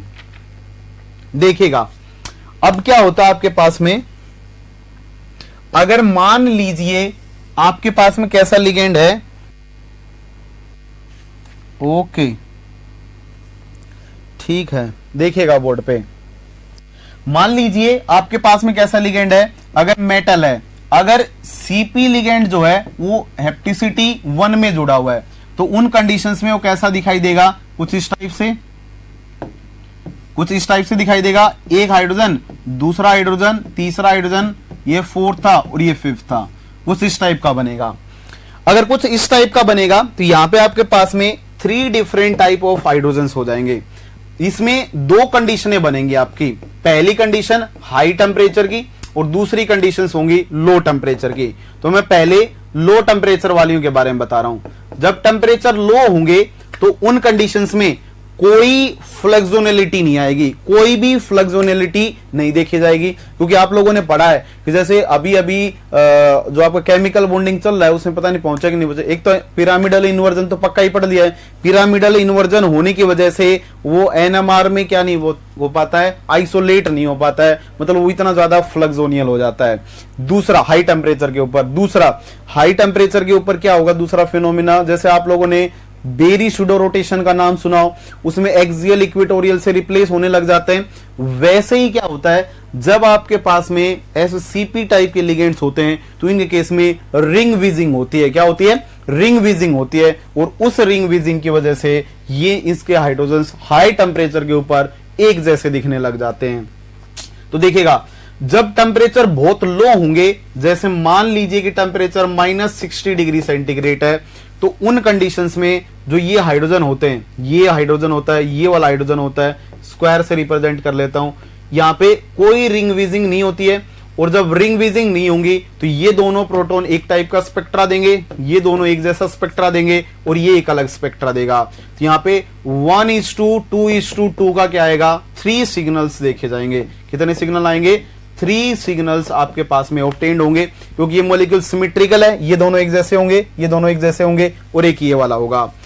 जो मेटल के जस्ट बगल वाला प्रोटॉन है, वो प्रोटॉन जो होता है उसका डेल्टा लो आता है। क्यों लो आता है? क्योंकि मेटल के साथ में जुड़ा हुआ है, तो इस पोर्शन के ऊपर पहला नेगेटिव चार्ज होगा, तो ये वैसे डिसफिल्डेड होगा। इसके अलावा जब वो मेटल के बगल में होगा तो कुछ मेटल का इफेक्ट लग रहा होगा, मेटल की पैरामैग्नेटिक फील्ड जनरेट होगी, तो उसका भी इफेक्ट लग सकता है। इसलिए इसकी डेल्टा की वैल्यू सबसे कम होती है और इसकी डेल्टा की वैल्यू सबसे हाई होती है। इसके ऊपर जनरेट होने वाला एनिसोट्रॉपी इफेक्ट सबसे ज्यादा लगेगा। ठीक है, तो आपको 1:2:2 के 3 सिग्नल्स ऑब्टेन्ड होंगे। जैसे जैसे आप टेम्परेचर बढ़ाते जाएंगे, जैसे जैसे आप टेम्परेचर बढ़ाते जाएंगे, वैसे वैसे ये प्रोटॉन्स जो होते हैं, जो आपकी हेप्टिसिटी 1 वाले जो है वो रिंग वीजिंग करने लग जाएंगे। जैसे हम लोगों ने टेम्परेचर इंक्रीज किया, तो देखो रिंग वीजिंग जो होती है वो 2 टाइप से होती है, समझिएगा। जो आपकी रिंग वीजिंग जो होगी वो 2 टाइप से होगी। पहली 1-2 होती है और दूसरी 1-3 रिंग वीजिंग होंगी। कैसे होंगी समझिएगा ध्यान से कहानियों को। अगर मैं क्या बोलता हूं कि ये मेरे पास में कुछ इस टाइप का कंपाउंड था, इसमें इस वाली पोर्शन के ऊपर मेटल लगा हुआ है, इसके पास में एक हाइड्रोजन लगा हुआ है, इसके पास में डबल बॉन्ड है, डबल बॉन्ड है, 2 हाइड्रोजन ये वाले होंगे एक जैसे, और ये वाले हाइड्रोजन अलग रहे होंगे। इन हाइड्रोजन को मैंने ए पोजीशन पे बोल दिया है और इनको मैंने बी पोजीशन पे बोल दिया है। तो देखिएगा, जब मैं इसके अंदर क्या करवाता हूं, रिंग वीजिंग करवाऊंगा, तो उन केसेस में कैसा दिखाई देगा, ये भी ए है और ये कैसा है, बी है। जब मैं इसके अंदर 1-2 रिंग वीजिंग करवाता हूं, तो ये वाला जो मेटल होता है वो बगल वाले के ऊपर ट्रांसफर होगा और रिजल्टेंट 1-5 दिखाई देगा। मतलब 1-5 और 1-2 जनरली एक ही तरीके के दिखाई देते हैं, एक ही बिहेवियर दिखाई देता है। देखिएगा, समझिएगा कहानियों को। जब कभी भी 1-2 में कन्वर्ट होगा तो यहां से जो प्रोडक्ट बनेगा वो प्रोडक्ट कुछ इस टाइप का आएगा। ये लीजिए डबल बॉन्ड था, ये वाला मान लीजिए कि ये मेटल इस पोर्शन के ऊपर शिफ्ट हुआ है, तो ये नेगेटिव चार्ज यहां गया, ये यहां गया और ये आगे चला गया। तो उन कंडीशन में डबल बॉन्ड आएंगे। यहां पे मेटल आया, इस पोर्शन के ऊपर हाइड्रोजन था। चेंज किस चीज का आया आपके पास में, जो आपके पास में यहां पे क्या था, HA था, ये HB बन चुका है। अब ये आपके पास में कैसा बन चुका है, HB बन चुका है, ये HA बन चुका है, ये HA बन चुका है। ऐसा नेचर में चेंज आएगा। तो क्या चेंज आया, मैं ब्रैकेट में लिखता हूं, यहां पे बोर्ड पे देखिएगा, बोर्ड पे देखिएगा, यहां पे देखें ये वाला हाइड्रोजन लिखा, एक डायरेक्शन में क्लॉकवाइज में रोटेट करें। जब आप क्लॉकवाइज में जाएंगे तो इसमें क्या था, H था, फिर A था, फिर B था, फिर B था, फिर A था। ये अरेंजमेंट आ रहा था। ठीक है, ये आपके पास में ओरिजिनल था। जब मैंने 1-2 शिफ्टिंग करवाई तो यहां पे क्या चेंज आएगा आपके पास में, हाइड्रोजन्स का जो चेंज है, यहां पे जो हाइड्रोजन्स का जो चेंज है, उस हाइड्रोजन के चेंज को ऑब्जर्व करें। देखना, ये लीजिए मैंने स्क्वायर बना दिया कुछ इस टाइप से, मतलब मैट्रिक्स टाइप का। यहां पे आपके पास में ये इस मेटल से चले, आप देखो ऐसे इस मेटल से चलेंगे, रुकना भाई एक बार।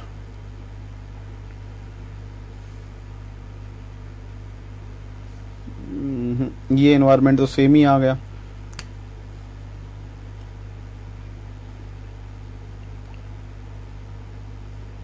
हाँ, पोजीशन को फिक्स रखना है। देखो इस पोजीशन से चले थे हम लोग, इस वाली पोजीशन थे। अब इस पोजीशन को मार्क रखना, क्योंकि यहां से कौन गया, मेटल गया। इस पोजीशन पे पहले मेटल था, अब इस पोजीशन से गया। यहां पे क्या आया, ए आया, फिर कौन आया, बी आया, ये बी, फिर कौन आया, बी आया। यहां पे क्या आया, ए आया, फिर यहां पे क्या आया, एच आया। देखो इसमें क्या क्या चेंज होता हुआ दिखाई दे रहा है आपको।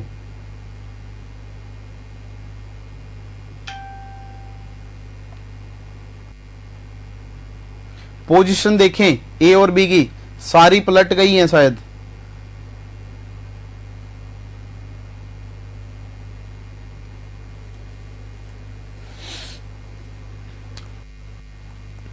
कोई नहीं, इस ब्रैकेट को छोड़ दो 1 मिनट के लिए। आप ब्रैकेट वाली बात को छोड़ दो, कोई लेना देना नहीं है उससे।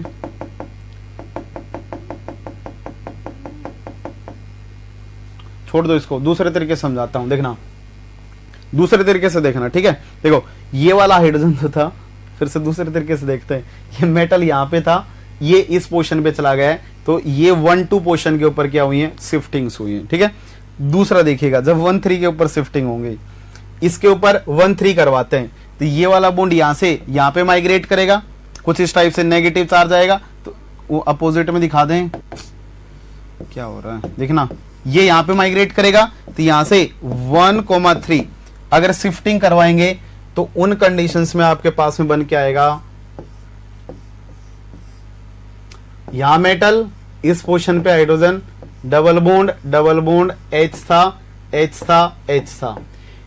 ये कहने का मतलब था, अभी जो मैं दिखा रहा था उससे यही कहने का मतलब था कि जो आपका नेगेटिव चार्ज है, जब आप रोटेट करवाएंगे ना, तो वो जो नेगेटिव चार्ज है वो एक तो एक्सटेंडेड कॉन्जुगेशन ले सकता है। जब वो एक्सटेंडेड कॉन्जुगेशन लेता है तो उन कंडीशंस में 1-2 शिफ्ट दिखाई देते हैं, और जब वो कैसा लेता है, केवल एक ही बॉन्ड की शिफ्टिंग लेता है, तो उन केसेस में आपको क्या दिखाई देंगे, 1,3 की शिफ्टिंग दिखाई देंगे। पहले मेटल यहां पे लगा हुआ था, अब मेटल इस वाली पोजीशन पे पहुंच गए। तो जो नेगेटिव चार्ज होता है वो हर पोजीशन के ऊपर आपको ऑब्जर्व होगा, वो हर पोजीशन के ऊपर आपको क्या होगा, ऑब्जर्व होगा। अगर ऑब्जर्व होगा तो उन कंडीशंस में देखना, उन कंडीशंस में हम लोग क्या बोल देंगे कि जब टेम्परेचर अपने पास में अप्रोक्सीमेटली 27 डिग्री सेंटीग्रेड के आसपास होता है, तो जो हेप्टिसिटी 1 वाली होती है वो सारी की सारी रेजोनेट, मतलब उसके अंदर ऐसी रिंग वीजिंग होने लग जाती है 1, 2, 1, 3, जिसकी वजह से ये पांचों प्रोटॉन्स इक्विवेलेंट हो जाते हैं और इन पांचों का स्पेक्ट्रा 1 ही दिखाई देता है। इनका स्पेक्ट्रा कितना दिखाई देगा, एक ही स्पेक्ट्रा दिखाई देगा, मतलब एक ही सिग्नल आपको क्या होगा, ऑब्जर्व होगा, ठीक है, एक ही सिग्नल ऑब्जर्व होगा। लेकिन मैं एक एग्जांपल ले लेता हूं, ये कहानियां शायद आपको समझ में आ गई होंगी। मैं एक एग्जांपल लेके चलता हूं, क्वेश्चन पेपर में आएगा आपके पास में, टाइटेनियम है, इसके पास हेप्टिसिटी 5 वाला सीपी है, दूसरा हेप्टिसिटी 5 वाला सीपी है, एक ईटा 1 सीपी में है, एक ईटा 1 सीपी में है। ये क्वेश्चन आपके पास में आएगा। इस क्वेश्चन में पूछेगा आपसे कि नंबर ऑफ सिग्नल्स बता के कितने होंगे। तो देखो टेम्परेचर मार्क करके देगा, नंबर ऑफ सिग्नल्स, और यहां पे क्या होने लग जाएंगे, यहां पे टेम्परेचर मार्क कर देगा, टेम्परेचर, और उसके क्रॉसपोंडिंग्स क्या हो जाएंगे, आपको सिग्नल बताने, ठीक है। तो देखना, number of signal, corresponding temperature. जब मैंने टेम्परेचर -67 डिग्री सेंटीग्रेड लिया, तो उन कंडीशंस में क्या होंगे, ये मॉलिक्यूल फ्रीज होगा। जब लोअर एनर्जी होंगी तो दूसरी फ्लक्सोनियल फॉर्म में नहीं जा पाएगा, और ये कैसा होगा, बिल्कुल फिक्स्ड होगा, रिजिड होगा। इन कंडीशंस में मॉलिक्यूल कैसा होगा, रिजिड होगा। अगर वो रिजिड होगा तो हेप्टिसिटी 1 वाली जो थी कुछ इस टाइप से, ये जो हेप्टिसिटी 1 वाली थी, यहां पे मेटल था, हाइड्रोजन था, तो एक ये वाला सिग्नल देगा, दूसरा सिग्नल इन दोनों की वजह से आएगा, और एक सिग्नल इसकी वजह से आएगा। तो आपके पास में जो सिग्नल आएंगे वो 3 सिग्नल्स ऑब्जर्व होंगे। जनरली इसका जो सिग्नल आता है वो 3.5 के ऊपर आता है, इसका सिग्नल 5.2 के आसपास आता है, और इसका सिग्नल 5.9 के आसपास में क्या करता है, रेजोनेट करता है। इसलिए 3 सिग्नल्स तो आपको ये वाले दिख जाएंगे 1:2, 2:2 के। इसके अलावा 10 हाइड्रोजन्स ये वाले जो हैं वो एक सिग्नल देंगे। तो जो टोटल आपके पास में 1:10 का मतलब आपके पास में टोटल कितने सिग्नल आएंगे, 4 सिग्नल्स ऑब्जर्व होंगे।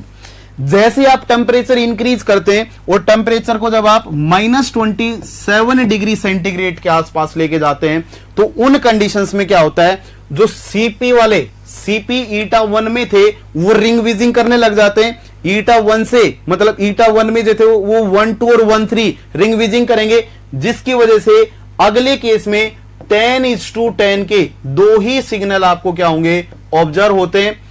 और जब आप इस टेम्परेचर को रूम टेम्परेचर या +80 डिग्री सेंटीग्रेड तक लेके जाते हैं तो उन कंडीशंस में क्या होता है, जब आप हाई टेम्परेचर के ऊपर लेके जाएंगे तो उन कंडीशंस में जो आपकी ईटा 1 सीपी था वो कन्वर्ट होने लग जाता है ईटा 5 में, और ईटा 5 वाला किसमें कन्वर्ट होने लग जाता है, ईटा 1 में। मतलब पहले केस में रिंग के अंदर ही विजिंग हो रही थी, अब जो होंगी वो इंटर रिंग क्या होने लग जाती है, ट्रांसफर होने लग जाती है। ईटा 1 ईटा 5 में कन्वर्ट होने लग जाएगा और ईटा 5 किस में कन्वर्ट होने लग जाएगा, ईटा 1 में कन्वर्ट होने लग जाएगा। इन कंडीशंस में 20 हाइड्रोजन्स का एक ही सिग्नल क्या होगा, ऑब्जर्व होगा। तो आपको टेम्परेचर को देखते हुए इनके केस में क्या बता देना है, स्पेक्ट्रा बता देना है कि आपके पास में कैसा स्पेक्ट्रा ऑब्जर्व होगा। लो टेम्परेचर बिल्कुल -67। अगर देखो टेम्परेचर मेंशन नहीं कर रखा है, अगर कभी भी टेम्परेचर मेंशन नहीं कर रखा है तो 2 ही टर्म बोलेगा, एक लो टेम्परेचर बोलेगा तो हमेशा ये मार्क करके आना है, अगर हाई टेम्परेचर बोले तो ये वाला मार्क करके आना है। अगर उसने टेम्परेचर 27 डिग्री सेंटीग्रेड मेंशन कर रखा है, उन्हीं कंडीशंस में आप 2 सिग्नल बता के आएंगे 1, 3 और 1, 2 विजिंग की वजह से। कितने लोगों को यह बात समझ में आई? रिंग विजिंग का मतलब है प्रोटॉन का ट्रांसफर। रिंग विजिंग मतलब रिंग के अंदर क्या हो रही है, पोजीशन एक्सचेंज हो रही है, उसको रिंग विजिंग बोला जाता है। मतलब मेटल की पोजीशन ट्रांसफर हो रही है एक पोजीशन से दूसरी पोजीशन पे। ये 1, 3 था,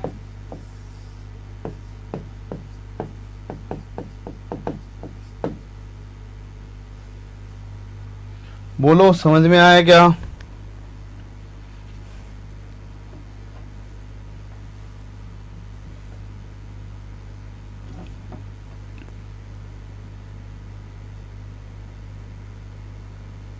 रिंग विजिंग से तात्पर्य है shifting.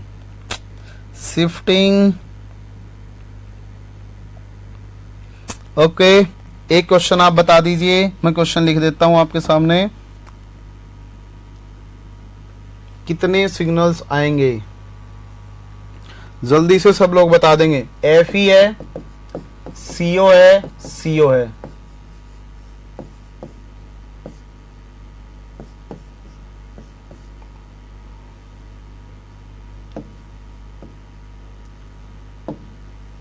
Eighteen electron rule follow करेगा तो इसको इसी फॉर्म में रहना पड़ेगा। लो टेम्परेचर के ऊपर कितने सिग्नल आएंगे और हाई टेम्परेचर के ऊपर कितने सिग्नल आएंगे। लो टेम्परेचर पे कितने सिग्नल आएंगे और हायर टेम्परेचर के ऊपर कितने सिग्नल्स आएंगे।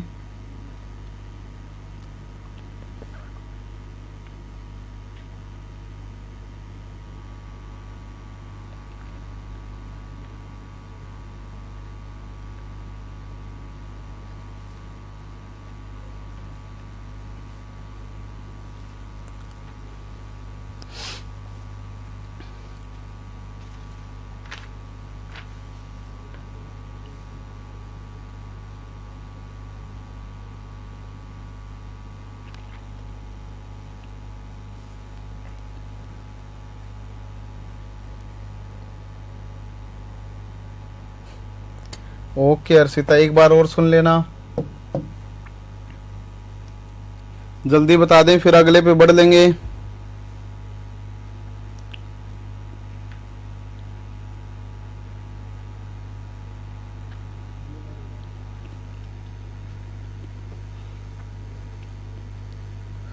बोल दो यार जल्दी से, क्विकली खत्म करना जिसको। देखो यहां पे जब लो टेम्परेचर पे बात करोगे तो इन पांचों हाइड्रोजन का एक ही सिग्नल आएगा। इस केस में क्या आएगा, एक हाइड्रोजन, दो हाइड्रोजन, दो हाइड्रोजन। तो इसके केस में कितने, 4 सिग्नल्स आएंगे, दो ही रिंग है। ये क्या करेंगे, एक्सचेंज करने लग जाएंगे। अगर एक्सचेंज करने लग जाए, एक्सचेंज होने लग जाएंगे तो फिर एक सिग्नल आएगा। ठीक है, हाँ 10 प्रोटॉन्स का, बिल्कुल सुनीत जी।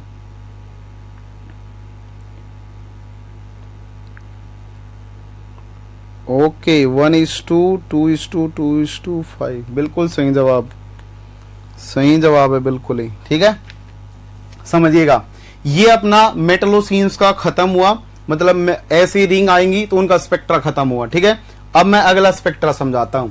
अगर आपके पास में अलाइलिक सिस्टम है, अलाइलिक सिस्टम है तो वो सिस्टम कैसा होगा आपके पास में, देखिएगा डबल बॉन्ड है, कुछ इस टाइप का कंपाउंड है, ये नेगेटिव होगा। इसके ऊपर मान लीजिए कि आपने क्या लगा दिया है, कोई भी मेटल इसके साथ जुड़ने आता है तो दो हेप्टिसिटीज में जुड़ेगा। पहली हेप्टिसिटी जो होगी वो इसके साथ कनेक्ट हो जाए तो मैं इसकी दोनों बातें करता हूं। पहले हम लोग ईटा 1 हेप्टिसिटी की बातें करते हैं। जब ईटा 1 हेप्टिसिटी होंगी तो उस केस में इसका अरेंजमेंट होगा, यहां पे हाइड्रोजन आएगा, अच्छे से समझना, यहां हाइड्रोजन आएगा, फिर से एक हाइड्रोजन यहां पे आएगा, एक हाइड्रोजन आएगा, दूसरा हाइड्रोजन आएगा और यहां पे मेटल आ जाएगा, कुछ इस टाइप से समझना। इस वाला ये वाला जो हाइड्रोजन है और यहां पे इन हाइड्रोजन को हम लोग सिन हाइड्रोजन बोलते हैं जनरली। अभी तो आप इसको ऐसे भी देख सकते हैं, 1 मिनट के लिए, जब 3 में जाएंगे तब बात करेंगे। तो इन केसेस में जब आप लो टेम्परेचर लेके चलेंगे, लो टेम्परेचर लेके चलेंगे तो इस मेटल के एनवायरनमेंट में ये दोनों एक जैसे होंगे, क्योंकि इस बॉन्ड के अलोंग ये इजिली, मतलब कपलिंग जो होंगी उसके लिए 1-2 होना चाहिए कम से कम। तो ये तो जस्ट बगल में पड़ा हुआ है, जस्ट बगल में पड़ा हुआ है, तो ये दोनों प्रोटॉन इक्विवेलेंट होंगे। तो एक तो ये वाले दोनों सिग्नल देंगे 2 प्रोटॉन्स का, एक सिग्नल इनकी वजह से आएगा, फिर देखो सेकंड नंबर पे इसका सिग्नल आएगा और थर्ड नंबर पे इनका सिग्नल आएगा। तो आपके पास में 1:2, 2:1:2 के कितने सिग्नल आ जाएंगे, 3 सिग्नल्स ऑब्जर्व होंगे। लेकिन जब आप इस कंपाउंड को हायर टेम्परेचर के ऊपर लेके जाएंगे, बोर्ड पे देखना अच्छे से, जब आप इसको हायर टेम्परेचर के ऊपर लेके जाएंगे, हाई टेम्परेचर के ऊपर, तो उन केसेस में क्या होगा, उन केसेस में क्या होगा, ये मेटल वीजिंग करने लग जाएगा, मतलब एक पोर्शन से दूसरी पोर्शन के ऊपर शिफ्ट होने लग जाएगा। तो ये वाले इलेक्ट्रॉन यहां शिफ्ट हुए, ये मेटल अगले पोर्शन पे शिफ्ट हो जाएगी, और जब ये अगली पोर्शन पे शिफ्ट हो जाएगी तो मतलब ये जो डायनामिक रहेगा वो बहुत ज्यादा मतलब फास्ट होगा, मतलब मेटल यहां पे भी दिखाई देगी और मेटल यहां पे भी दिखाई देगी। वो इमेजिनरी है, मैं ऐसे बना रहा हूं, ठीक है, ऐसी दिखाई देगी। इसका मतलब यहां पे जो दोनों प्रोटॉन थे और यहां पे जो दोनों प्रोटॉन थे, ये चारों एक जैसे हो जाएंगे और ये एक जैसा होगा। तो आपके पास में 4:1 के कितने सिग्नल्स आएंगे, 2 सिग्नल्स क्या होंगे, हाई टेम्परेचर के ऊपर ऑब्टेन्ड होंगे। 2 सिग्नल्स हाई टेम्परेचर के ऊपर क्या होंगे, ऑब्टेन्ड होंगे। ठीक है, ठीक है, हाई टेम्परेचर पे 2 सिग्नल आएंगे, हाई टेम्परेचर पे शिफ्टिंग होने की वजह से, और यहां लो टेम्परेचर पे कितने सिग्नल आएंगे, 3 सिग्नल्स देखे जाएंगे। बात यह आती है कि अगर ऐसा है तो फिर ईटा 3 हेप्टिसिटी में बता। तो देखना, जब मैं ईटा 3 हेप्टिसिटी की बात करता हूं, ऐसा ही लिगेंड ले चलता हूं, ये लीजिए, मैंने ये ले लिया है, बोर्ड पे देखना अच्छे से। अगर इसके साथ में अगर मेटल कनेक्टेड है, कुछ इस टाइप से मेटल, तो इसके अंदर जो प्रोटॉन होंगे, एक हाइड्रोजन यहां पे होगा, एक हाइड्रोजन ऐसा होगा, एक हाइड्रोजन यहां पे होगा, एक हाइड्रोजन इस पोर्शन पे होगा और एक हाइड्रोजन इस वाले पोर्शन पे होगा। जो एक तो जो होंगे, जो मेटल की तरफ क्या होंगे, शिफ्टेड होंगे, दूसरे मेटल से अवे रहे होंगे। मेटल से कैसे रहे होंगे, दूर रहे होंगे, मतलब इस तरफ आया और एक इस तरफ आया है। तो इन कंडीशंस में आपके पास में क्या बनेगा, इस वाले को हम लोग, इन वालों को एंटी बोल देंगे, ये अपोजिट है, HA, ये मेटल की तरफ आ रहे हैं तो ये सिन होंगे। इसके अलावा एक टाइप का अपने पास में ये वाला प्रोटॉन ना होगा। ठीक है, तो देखो ये वाला प्रोटॉन के ऊपर तो कभी भी नेगेटिव चार्ज आएगा ही नहीं, बोलो यार। इसके ऊपर तो सबसे ज्यादा क्या होगा, मेटल का जो इफेक्ट होगा वो सबसे ज्यादा किन के ऊपर लगेगा, इन वाले के ऊपर लगेगा, इन दोनों के ऊपर और इन दोनों के ऊपर। ये मेटल की तरफ देखो, ये वाले जो दोनों हैं वो मेटल की तरफ ओरिएंटेड है। अगर ये मेटल की तरफ ओरिएंटेड होंगे तो मेटल की जो पैरामैग्नेटिक फील्ड होगी, जो मेटल की जो पैरामैग्नेटिक फील्ड होगी वो फील्ड लगेगी, और अगर उसको फील करेंगे तो ये जर्नली कैसे होते हैं, शील्डेड होते हैं, मतलब ये नेगेटिव की तरफ जाएंगे। बोलो यार ये किसकी तरफ जाएंगे, नेगेटिव की तरफ जाएंगे। और ये इनके कंपैरिजन में क्या होते हैं, डीशील्डेड होते हैं। ये इनके कंपैरिजन में कैसे होते हैं, डीशील्डेड होते हैं। और ये जो बीच वाला होता है वो हाईली डीशील्डेड होता है, क्योंकि इसके ऊपर कभी नेगेटिव आएगा ही नहीं, क्योंकि ये अनायन है तो कभी नेगेटिव यहां होगा या कभी नेगेटिव इस वाली पोर्शन पे होगा। इसलिए जो बीच वाला है उसके ऊपर सबसे हाई एनिसोट्रॉपी इफेक्ट लगेगा और मेटल से सबसे ज्यादा दूरी पे होगा। और अगर सबसे ज्यादा दूरी पे होगा तो ये जो होता है वो कैसा होगा, मोस्ट डीशील्डेड होता है। ये कैसा होता है, मोस्ट डीशील्डेड होगा। तो आपका जो स्पेक्ट्रा देखा जाएगा इस पोर्शन के ऊपर, वो स्पेक्ट्रा कैसा दिखेगा, देखना ये वाले दो प्रोटॉन हैं, ये वाले दो प्रोटॉन हैं, ये वाले दो प्रोटॉन हैं, ये दोनों अलग अलग टाइप के। तो ये वाले इसको किस में तोड़ेंगे, डबलेट में, और ये वाले दोनों इसको किसके में तोड़ेंगे, फिर से डबलेट में तोड़ देंगे। तो जो आपका जो रिजल्टेंट दिखाई देगा वो कुछ इस टाइप से, यहां पे एक क्वाड्रेट दिखाई देगा। बोलो यार कुछ इस टाइप से, मतलब डबलेट ऑफ डबलेट दिखाई देगा। इसका इफेक्ट, इसका हम लोग ऐसा बोल देंगे, वरना देखो इसको आप ऐसे भी मल्टीप्लेट भी बना सकते हो, मतलब एक सेंटर के ऊपर होने वाले, इनमें ज्यादा डिफरेंस नहीं होता है, वैल्यू का थोड़ा सा डिफरेंस होता है। तो आप इसको ऐसे भी दिखा सकते हो कि ये क्विंटेट होगा, ये कैसा होगा, क्विंटेट होगा, ज्यादा डिफरेंस नहीं है इनकी वैल्यूज में, ठीक है, थोड़ा सा ही डिफरेंस होता है। दूसरा, ये वाला जो प्रोटॉन है, ये वाले जो प्रोटॉन है वो इसको स्प्लिटिंग करेगा और ये वाला इसको स्प्लिटिंग करेगा। तो इनकी वजह से एक डबलेट आएगा और एक दूसरा डबलेट आएगा। तो कुछ इस टाइप का स्पेक्ट्रा दिखाई देता है, एक क्विंटेट दो डबलेट, ठीक है। इसमें से अगर बात की जाए तो ये हम लोगों ने जो वैल्यू ड्रॉ की है वो टाउ की वैल्यू ड्रॉ की है। आप लोगों ने टाउ कभी पढ़ा हो, टाउ जो होता है वो इनवर्सली प्रोपोर्शन होता है डेल्टा के, किसके, डेल्टा के। डेल्टा जितना ज्यादा होगा टाउ उतना ही क्या होगा, कम होगा। इसलिए यहां पे जो वैल्यू है ये सबसे ज्यादा कैसा होगा, डीशील्डेड प्रोटॉन होगा, मोस्टली डीशील्डेड प्रोटॉन होगा ये वाला। इसकी वैल्यू जो आती है वो 3.5 के आसपास आती है। ऐसे वैल्यूज आगे बढ़ती जाएंगी, ठीक है। तो आपके पास में कितने सिग्नल्स दिखाई देंगे, 3 सिग्नल्स। ऐसे मत मान लेना, ऐसे मत मान लेना कि इसमें तो ये दोनों प्रोटॉन एक जैसे हो गए, नहीं। ओरिएंटेशन लो टेम्परेचर के ऊपर, ये सारी कहानियां किसकी हैं, लो टेम्परेचर की हैं। लेकिन जब मैं किसकी बात करता हूं, हाई टेम्परेचर की बात करता हूं, तो हाई टेम्परेचर में ये बहुत ज्यादा फ्लक्सोनियल हो जाता है। बोलो यार, ये नेगेटिव था कुछ इस टाइप से, ईटा 3 था, मतलब हाई टेम्परेचर के ऊपर ये मेटल हटेगा। बोलो ये मेटल क्या करेगा, जैसे ये वाला मेटल यहां से हटेगा, ये इस दूसरे पोर्शन के ऊपर पहुंचेगा, मतलब बहुत एक बार इस तरफ कंसंट्रेटेड होगा तो ये घूमने लग जाते हैं, क्योंकि सिंगल बॉन्ड कैरेक्टर वगैरह आने की वजह से। तो ये सारे के सारा फ्लक्सोनियल बन जाता है। तो ये दोनों एक जैसे हो जाएंगे और ये दोनों एक जैसे हो जाएंगे, मतलब टोटल चारों एक जैसे हो जाएंगे। और जब चारों एक जैसे हो जाएंगे तो 4:1 के हाई टेम्परेचर के ऊपर आपको 2 ही सिग्नल दिखाई देंगे। कितने सिग्नल्स दिखाई देंगे, 2 ही सिग्नल्स दिखाई देंगे। लेकिन कहानियों को ध्यान से समझना, ईटा 1 और ईटा 3 में जो पोजीशंस ऑफ जो हाइड्रोजन होती हैं वो अलग अलग होती हैं, वो पोजीशन ऑफ हाइड्रोजन कैसी होती हैं, अलग अलग होती हैं। लेकिन जो उनके सिग्नल्स होते हैं वो कैसे आते हैं, नंबर ऑफ सिग्नल अप्रोक्सीमेट कैसे आते हैं, सेम आते हैं। वो कैसे आते हैं, सेम आते हैं, ठीक है। तो हाई टेम्परेचर के ऊपर 2 सिग्नल्स क्या होते हैं, दिखाई देते हैं। मैं आपको एक क्वेश्चन देता हूं, आप वो जल्दी से क्वेश्चन करके बताइए, फिर हम लोग आगे बात करेंगे। FeCO5 गिवन आपको, इसके ऊपर आपने ब्यूटाडाइईन डाल की हीट कर दिया है, पहला केस। उसके बाद में इसके ऊपर आपने क्या डाला है, A। इस A के ऊपर आपने HCl डाला है, B। तो नंबर ऑफ सिग्नल इसमें बताने, नंबर ऑफ सिग्नल्स इसमें बताने, और नंबर ऑफ सिग्नल्स इसमें बताने हैं। मैं क्वेश्चन दूंगा, क्वेश्चन करके आना, फिर हम लोग उनको डिस्कस करेंगे सारे क्वेश्चनों को। तो इसके नंबर ऑफ सिग्नल बताने और इसके नंबर ऑफ सिग्नल्स बताने। जल्दी से कमेंट कीजिए, जल्दी से कमेंट कर दीजिए।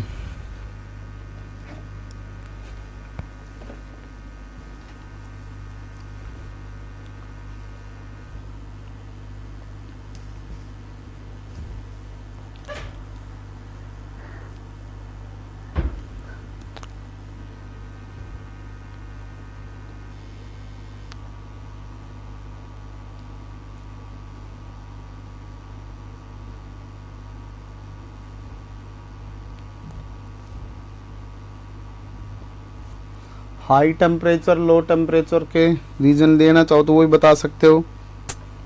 कितने सिग्नल्स आएंगे,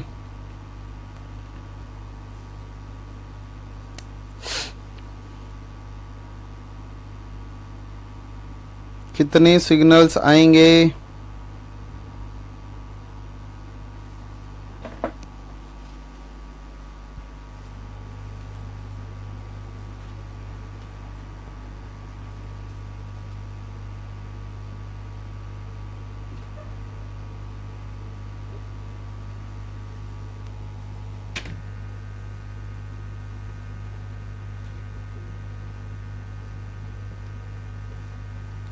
रिएक्शन ही नहीं पता होंगे।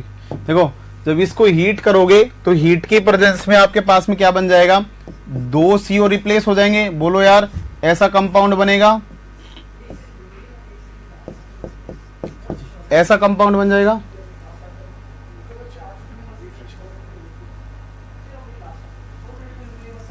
तुम बोलना क्या,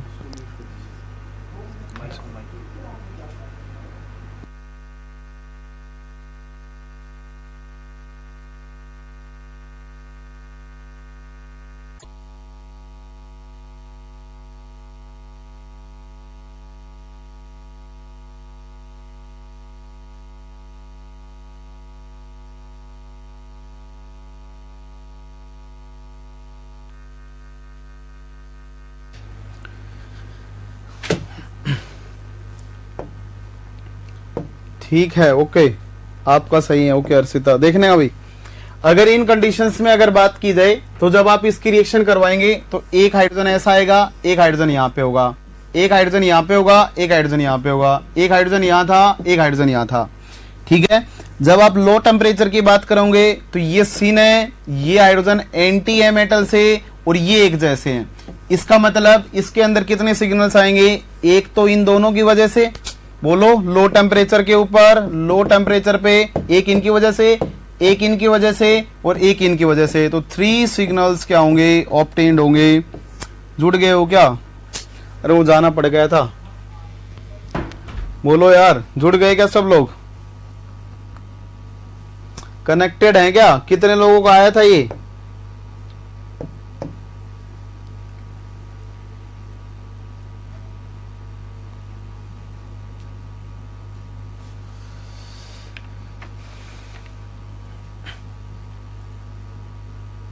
देखना जब इसके ऊपर क्या डालेंगे, H पॉजिटिव HCl टाइप का कंपाउंड डालेंगे तो ये वाला जो डबल बॉन्ड होगा वो इसके ऊपर अटैक करेगा। बोलो यार, और जैसे ही अटैक करेगा तो CO3 Fe आएगा, यहाँ पे डबल बॉन्ड था, अब ये इसके साथ कनेक्ट हो जाएगा। जैसे आएगा तो इस पोर्शन के ऊपर पॉजिटिव आ जाएगा और इसके ऊपर क्या आ गया, हाइड्रोजन आ गया। ठीक है, इसने अटैक किया है, ये वाला स्टेबल बनेगा, अलाइलिक है। अब देखो मेटल की इलेक्ट्रोनेगेटिविटी कम होती है कार्बन से, इसलिए ये अपने दोनों इलेक्ट्रॉन यहां पे ट्रांसफर कर देगा और जैसे ही इलेक्ट्रॉन ट्रांसफर करेगा तो FeCO3 था, यहां पे हेप्टिसिटी 3 वाला प्रोडक्ट बनेगा और इसके पास में क्या आ जाएगा, मेथिल आ जाएगा। क्या आ जाएगा, मेथिल आ जाएगा, कुछ इस टाइप से। तो आपके पास में बफरिंग हो रही है, अच्छे से देखिए भाई सब लोग बताएं, क्या सबके पास बफरिंग हो रही है क्या?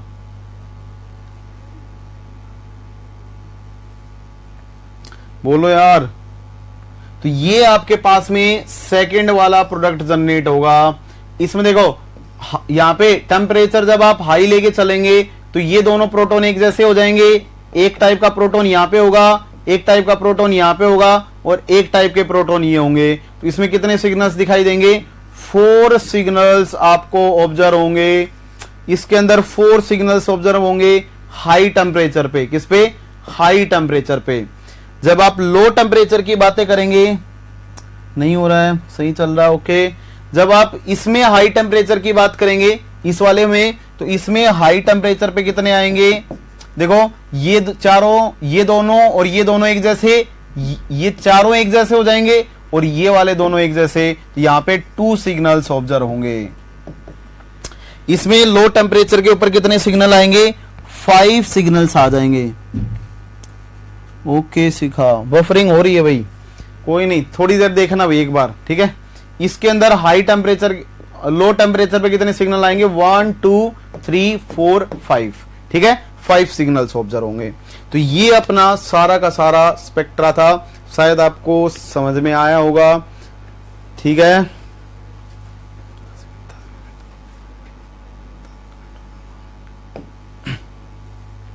ठीक है, एक और इंटरेस्टिंग केस करवाता हूं। ठीक है, देखना एक बार, एक इंटरेस्टिंग केस और करवाता हूं, देखना एक बार।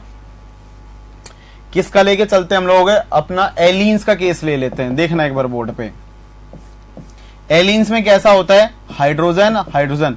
मैंने E1 वाली एलिन्स ले ली है, ठीक है, ये वाली। इसके ऊपर जब मैंने FeCO5 लगाया है कुछ इस टाइप से, तो उन कंडीशंस में क्या होगा, एलिन्स जो होते हैं कुछ इस टाइप से रही होंगी। तो ये वाली इसके लिए एक वेज होगी और एक अपने पास में कैसी रही होगी, डैश रही होगी।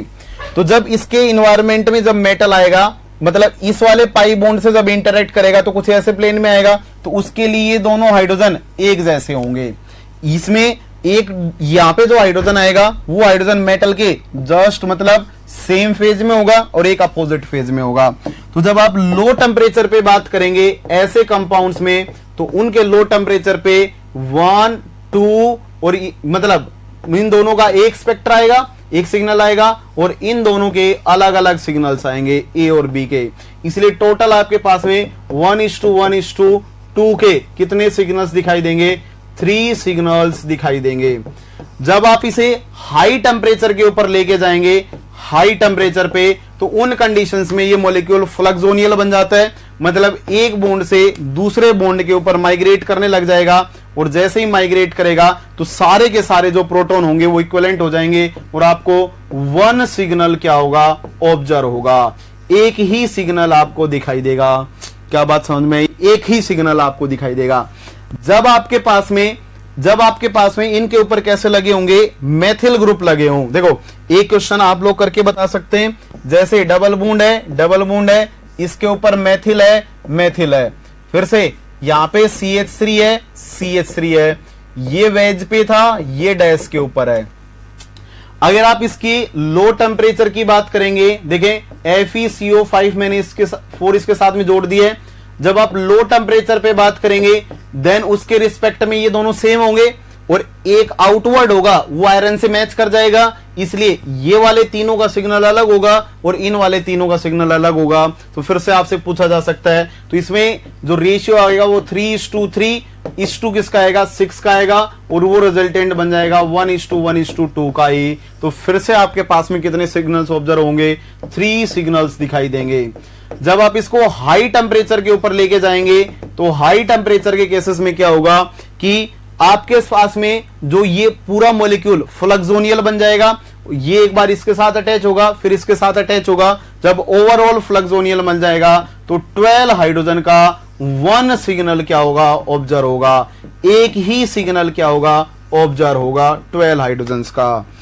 ठीक है, इसके अलावा एक क्वेश्चन आप बता दें, फिर अपनी ये क्लास ओवर हो जाएगी, देन आपका ऑर्गेनोमेटेलिक्स खत्म हो जाएगा। ठीक है, मैं क्वेश्चन लिख रहा हूं आपके पास में क्या दे रखा है, कुछ इस टाइप से FeCO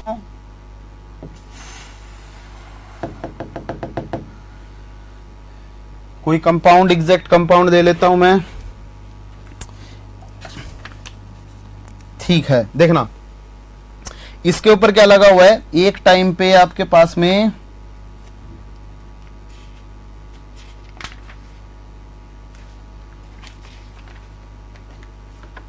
है ही नहीं, देखना मेटल मान के चलें। ठीक है, इसके ऊपर आपके पास में एक बार CP लिगेंड है, इसके ऊपर L लगा हुआ है, ठीक है। इसके ऊपर आपने क्या डाला, L' डाला, और आपको प्रोडक्ट बनाना है ये वाला। देख लें एक बार अच्छे से, मेटल L', L था और आपके पास में L आ गया। दूसरे केस में आपने यहां पे लिया है इंडिनाइल आयन, ये वाला, ठीक है, कुछ इस टाइप का। इसके साथ में मेटल अटैच्ड है, इसको बोलते हैं इंडिनाइल आयन बोलते हैं। और जो थर्ड है आपके पास में वो है फ्लोरिनाइल, ये लीजिए, ये है, इसके साथ में फिर से बेंजीन लगी हुई है। ठीक है,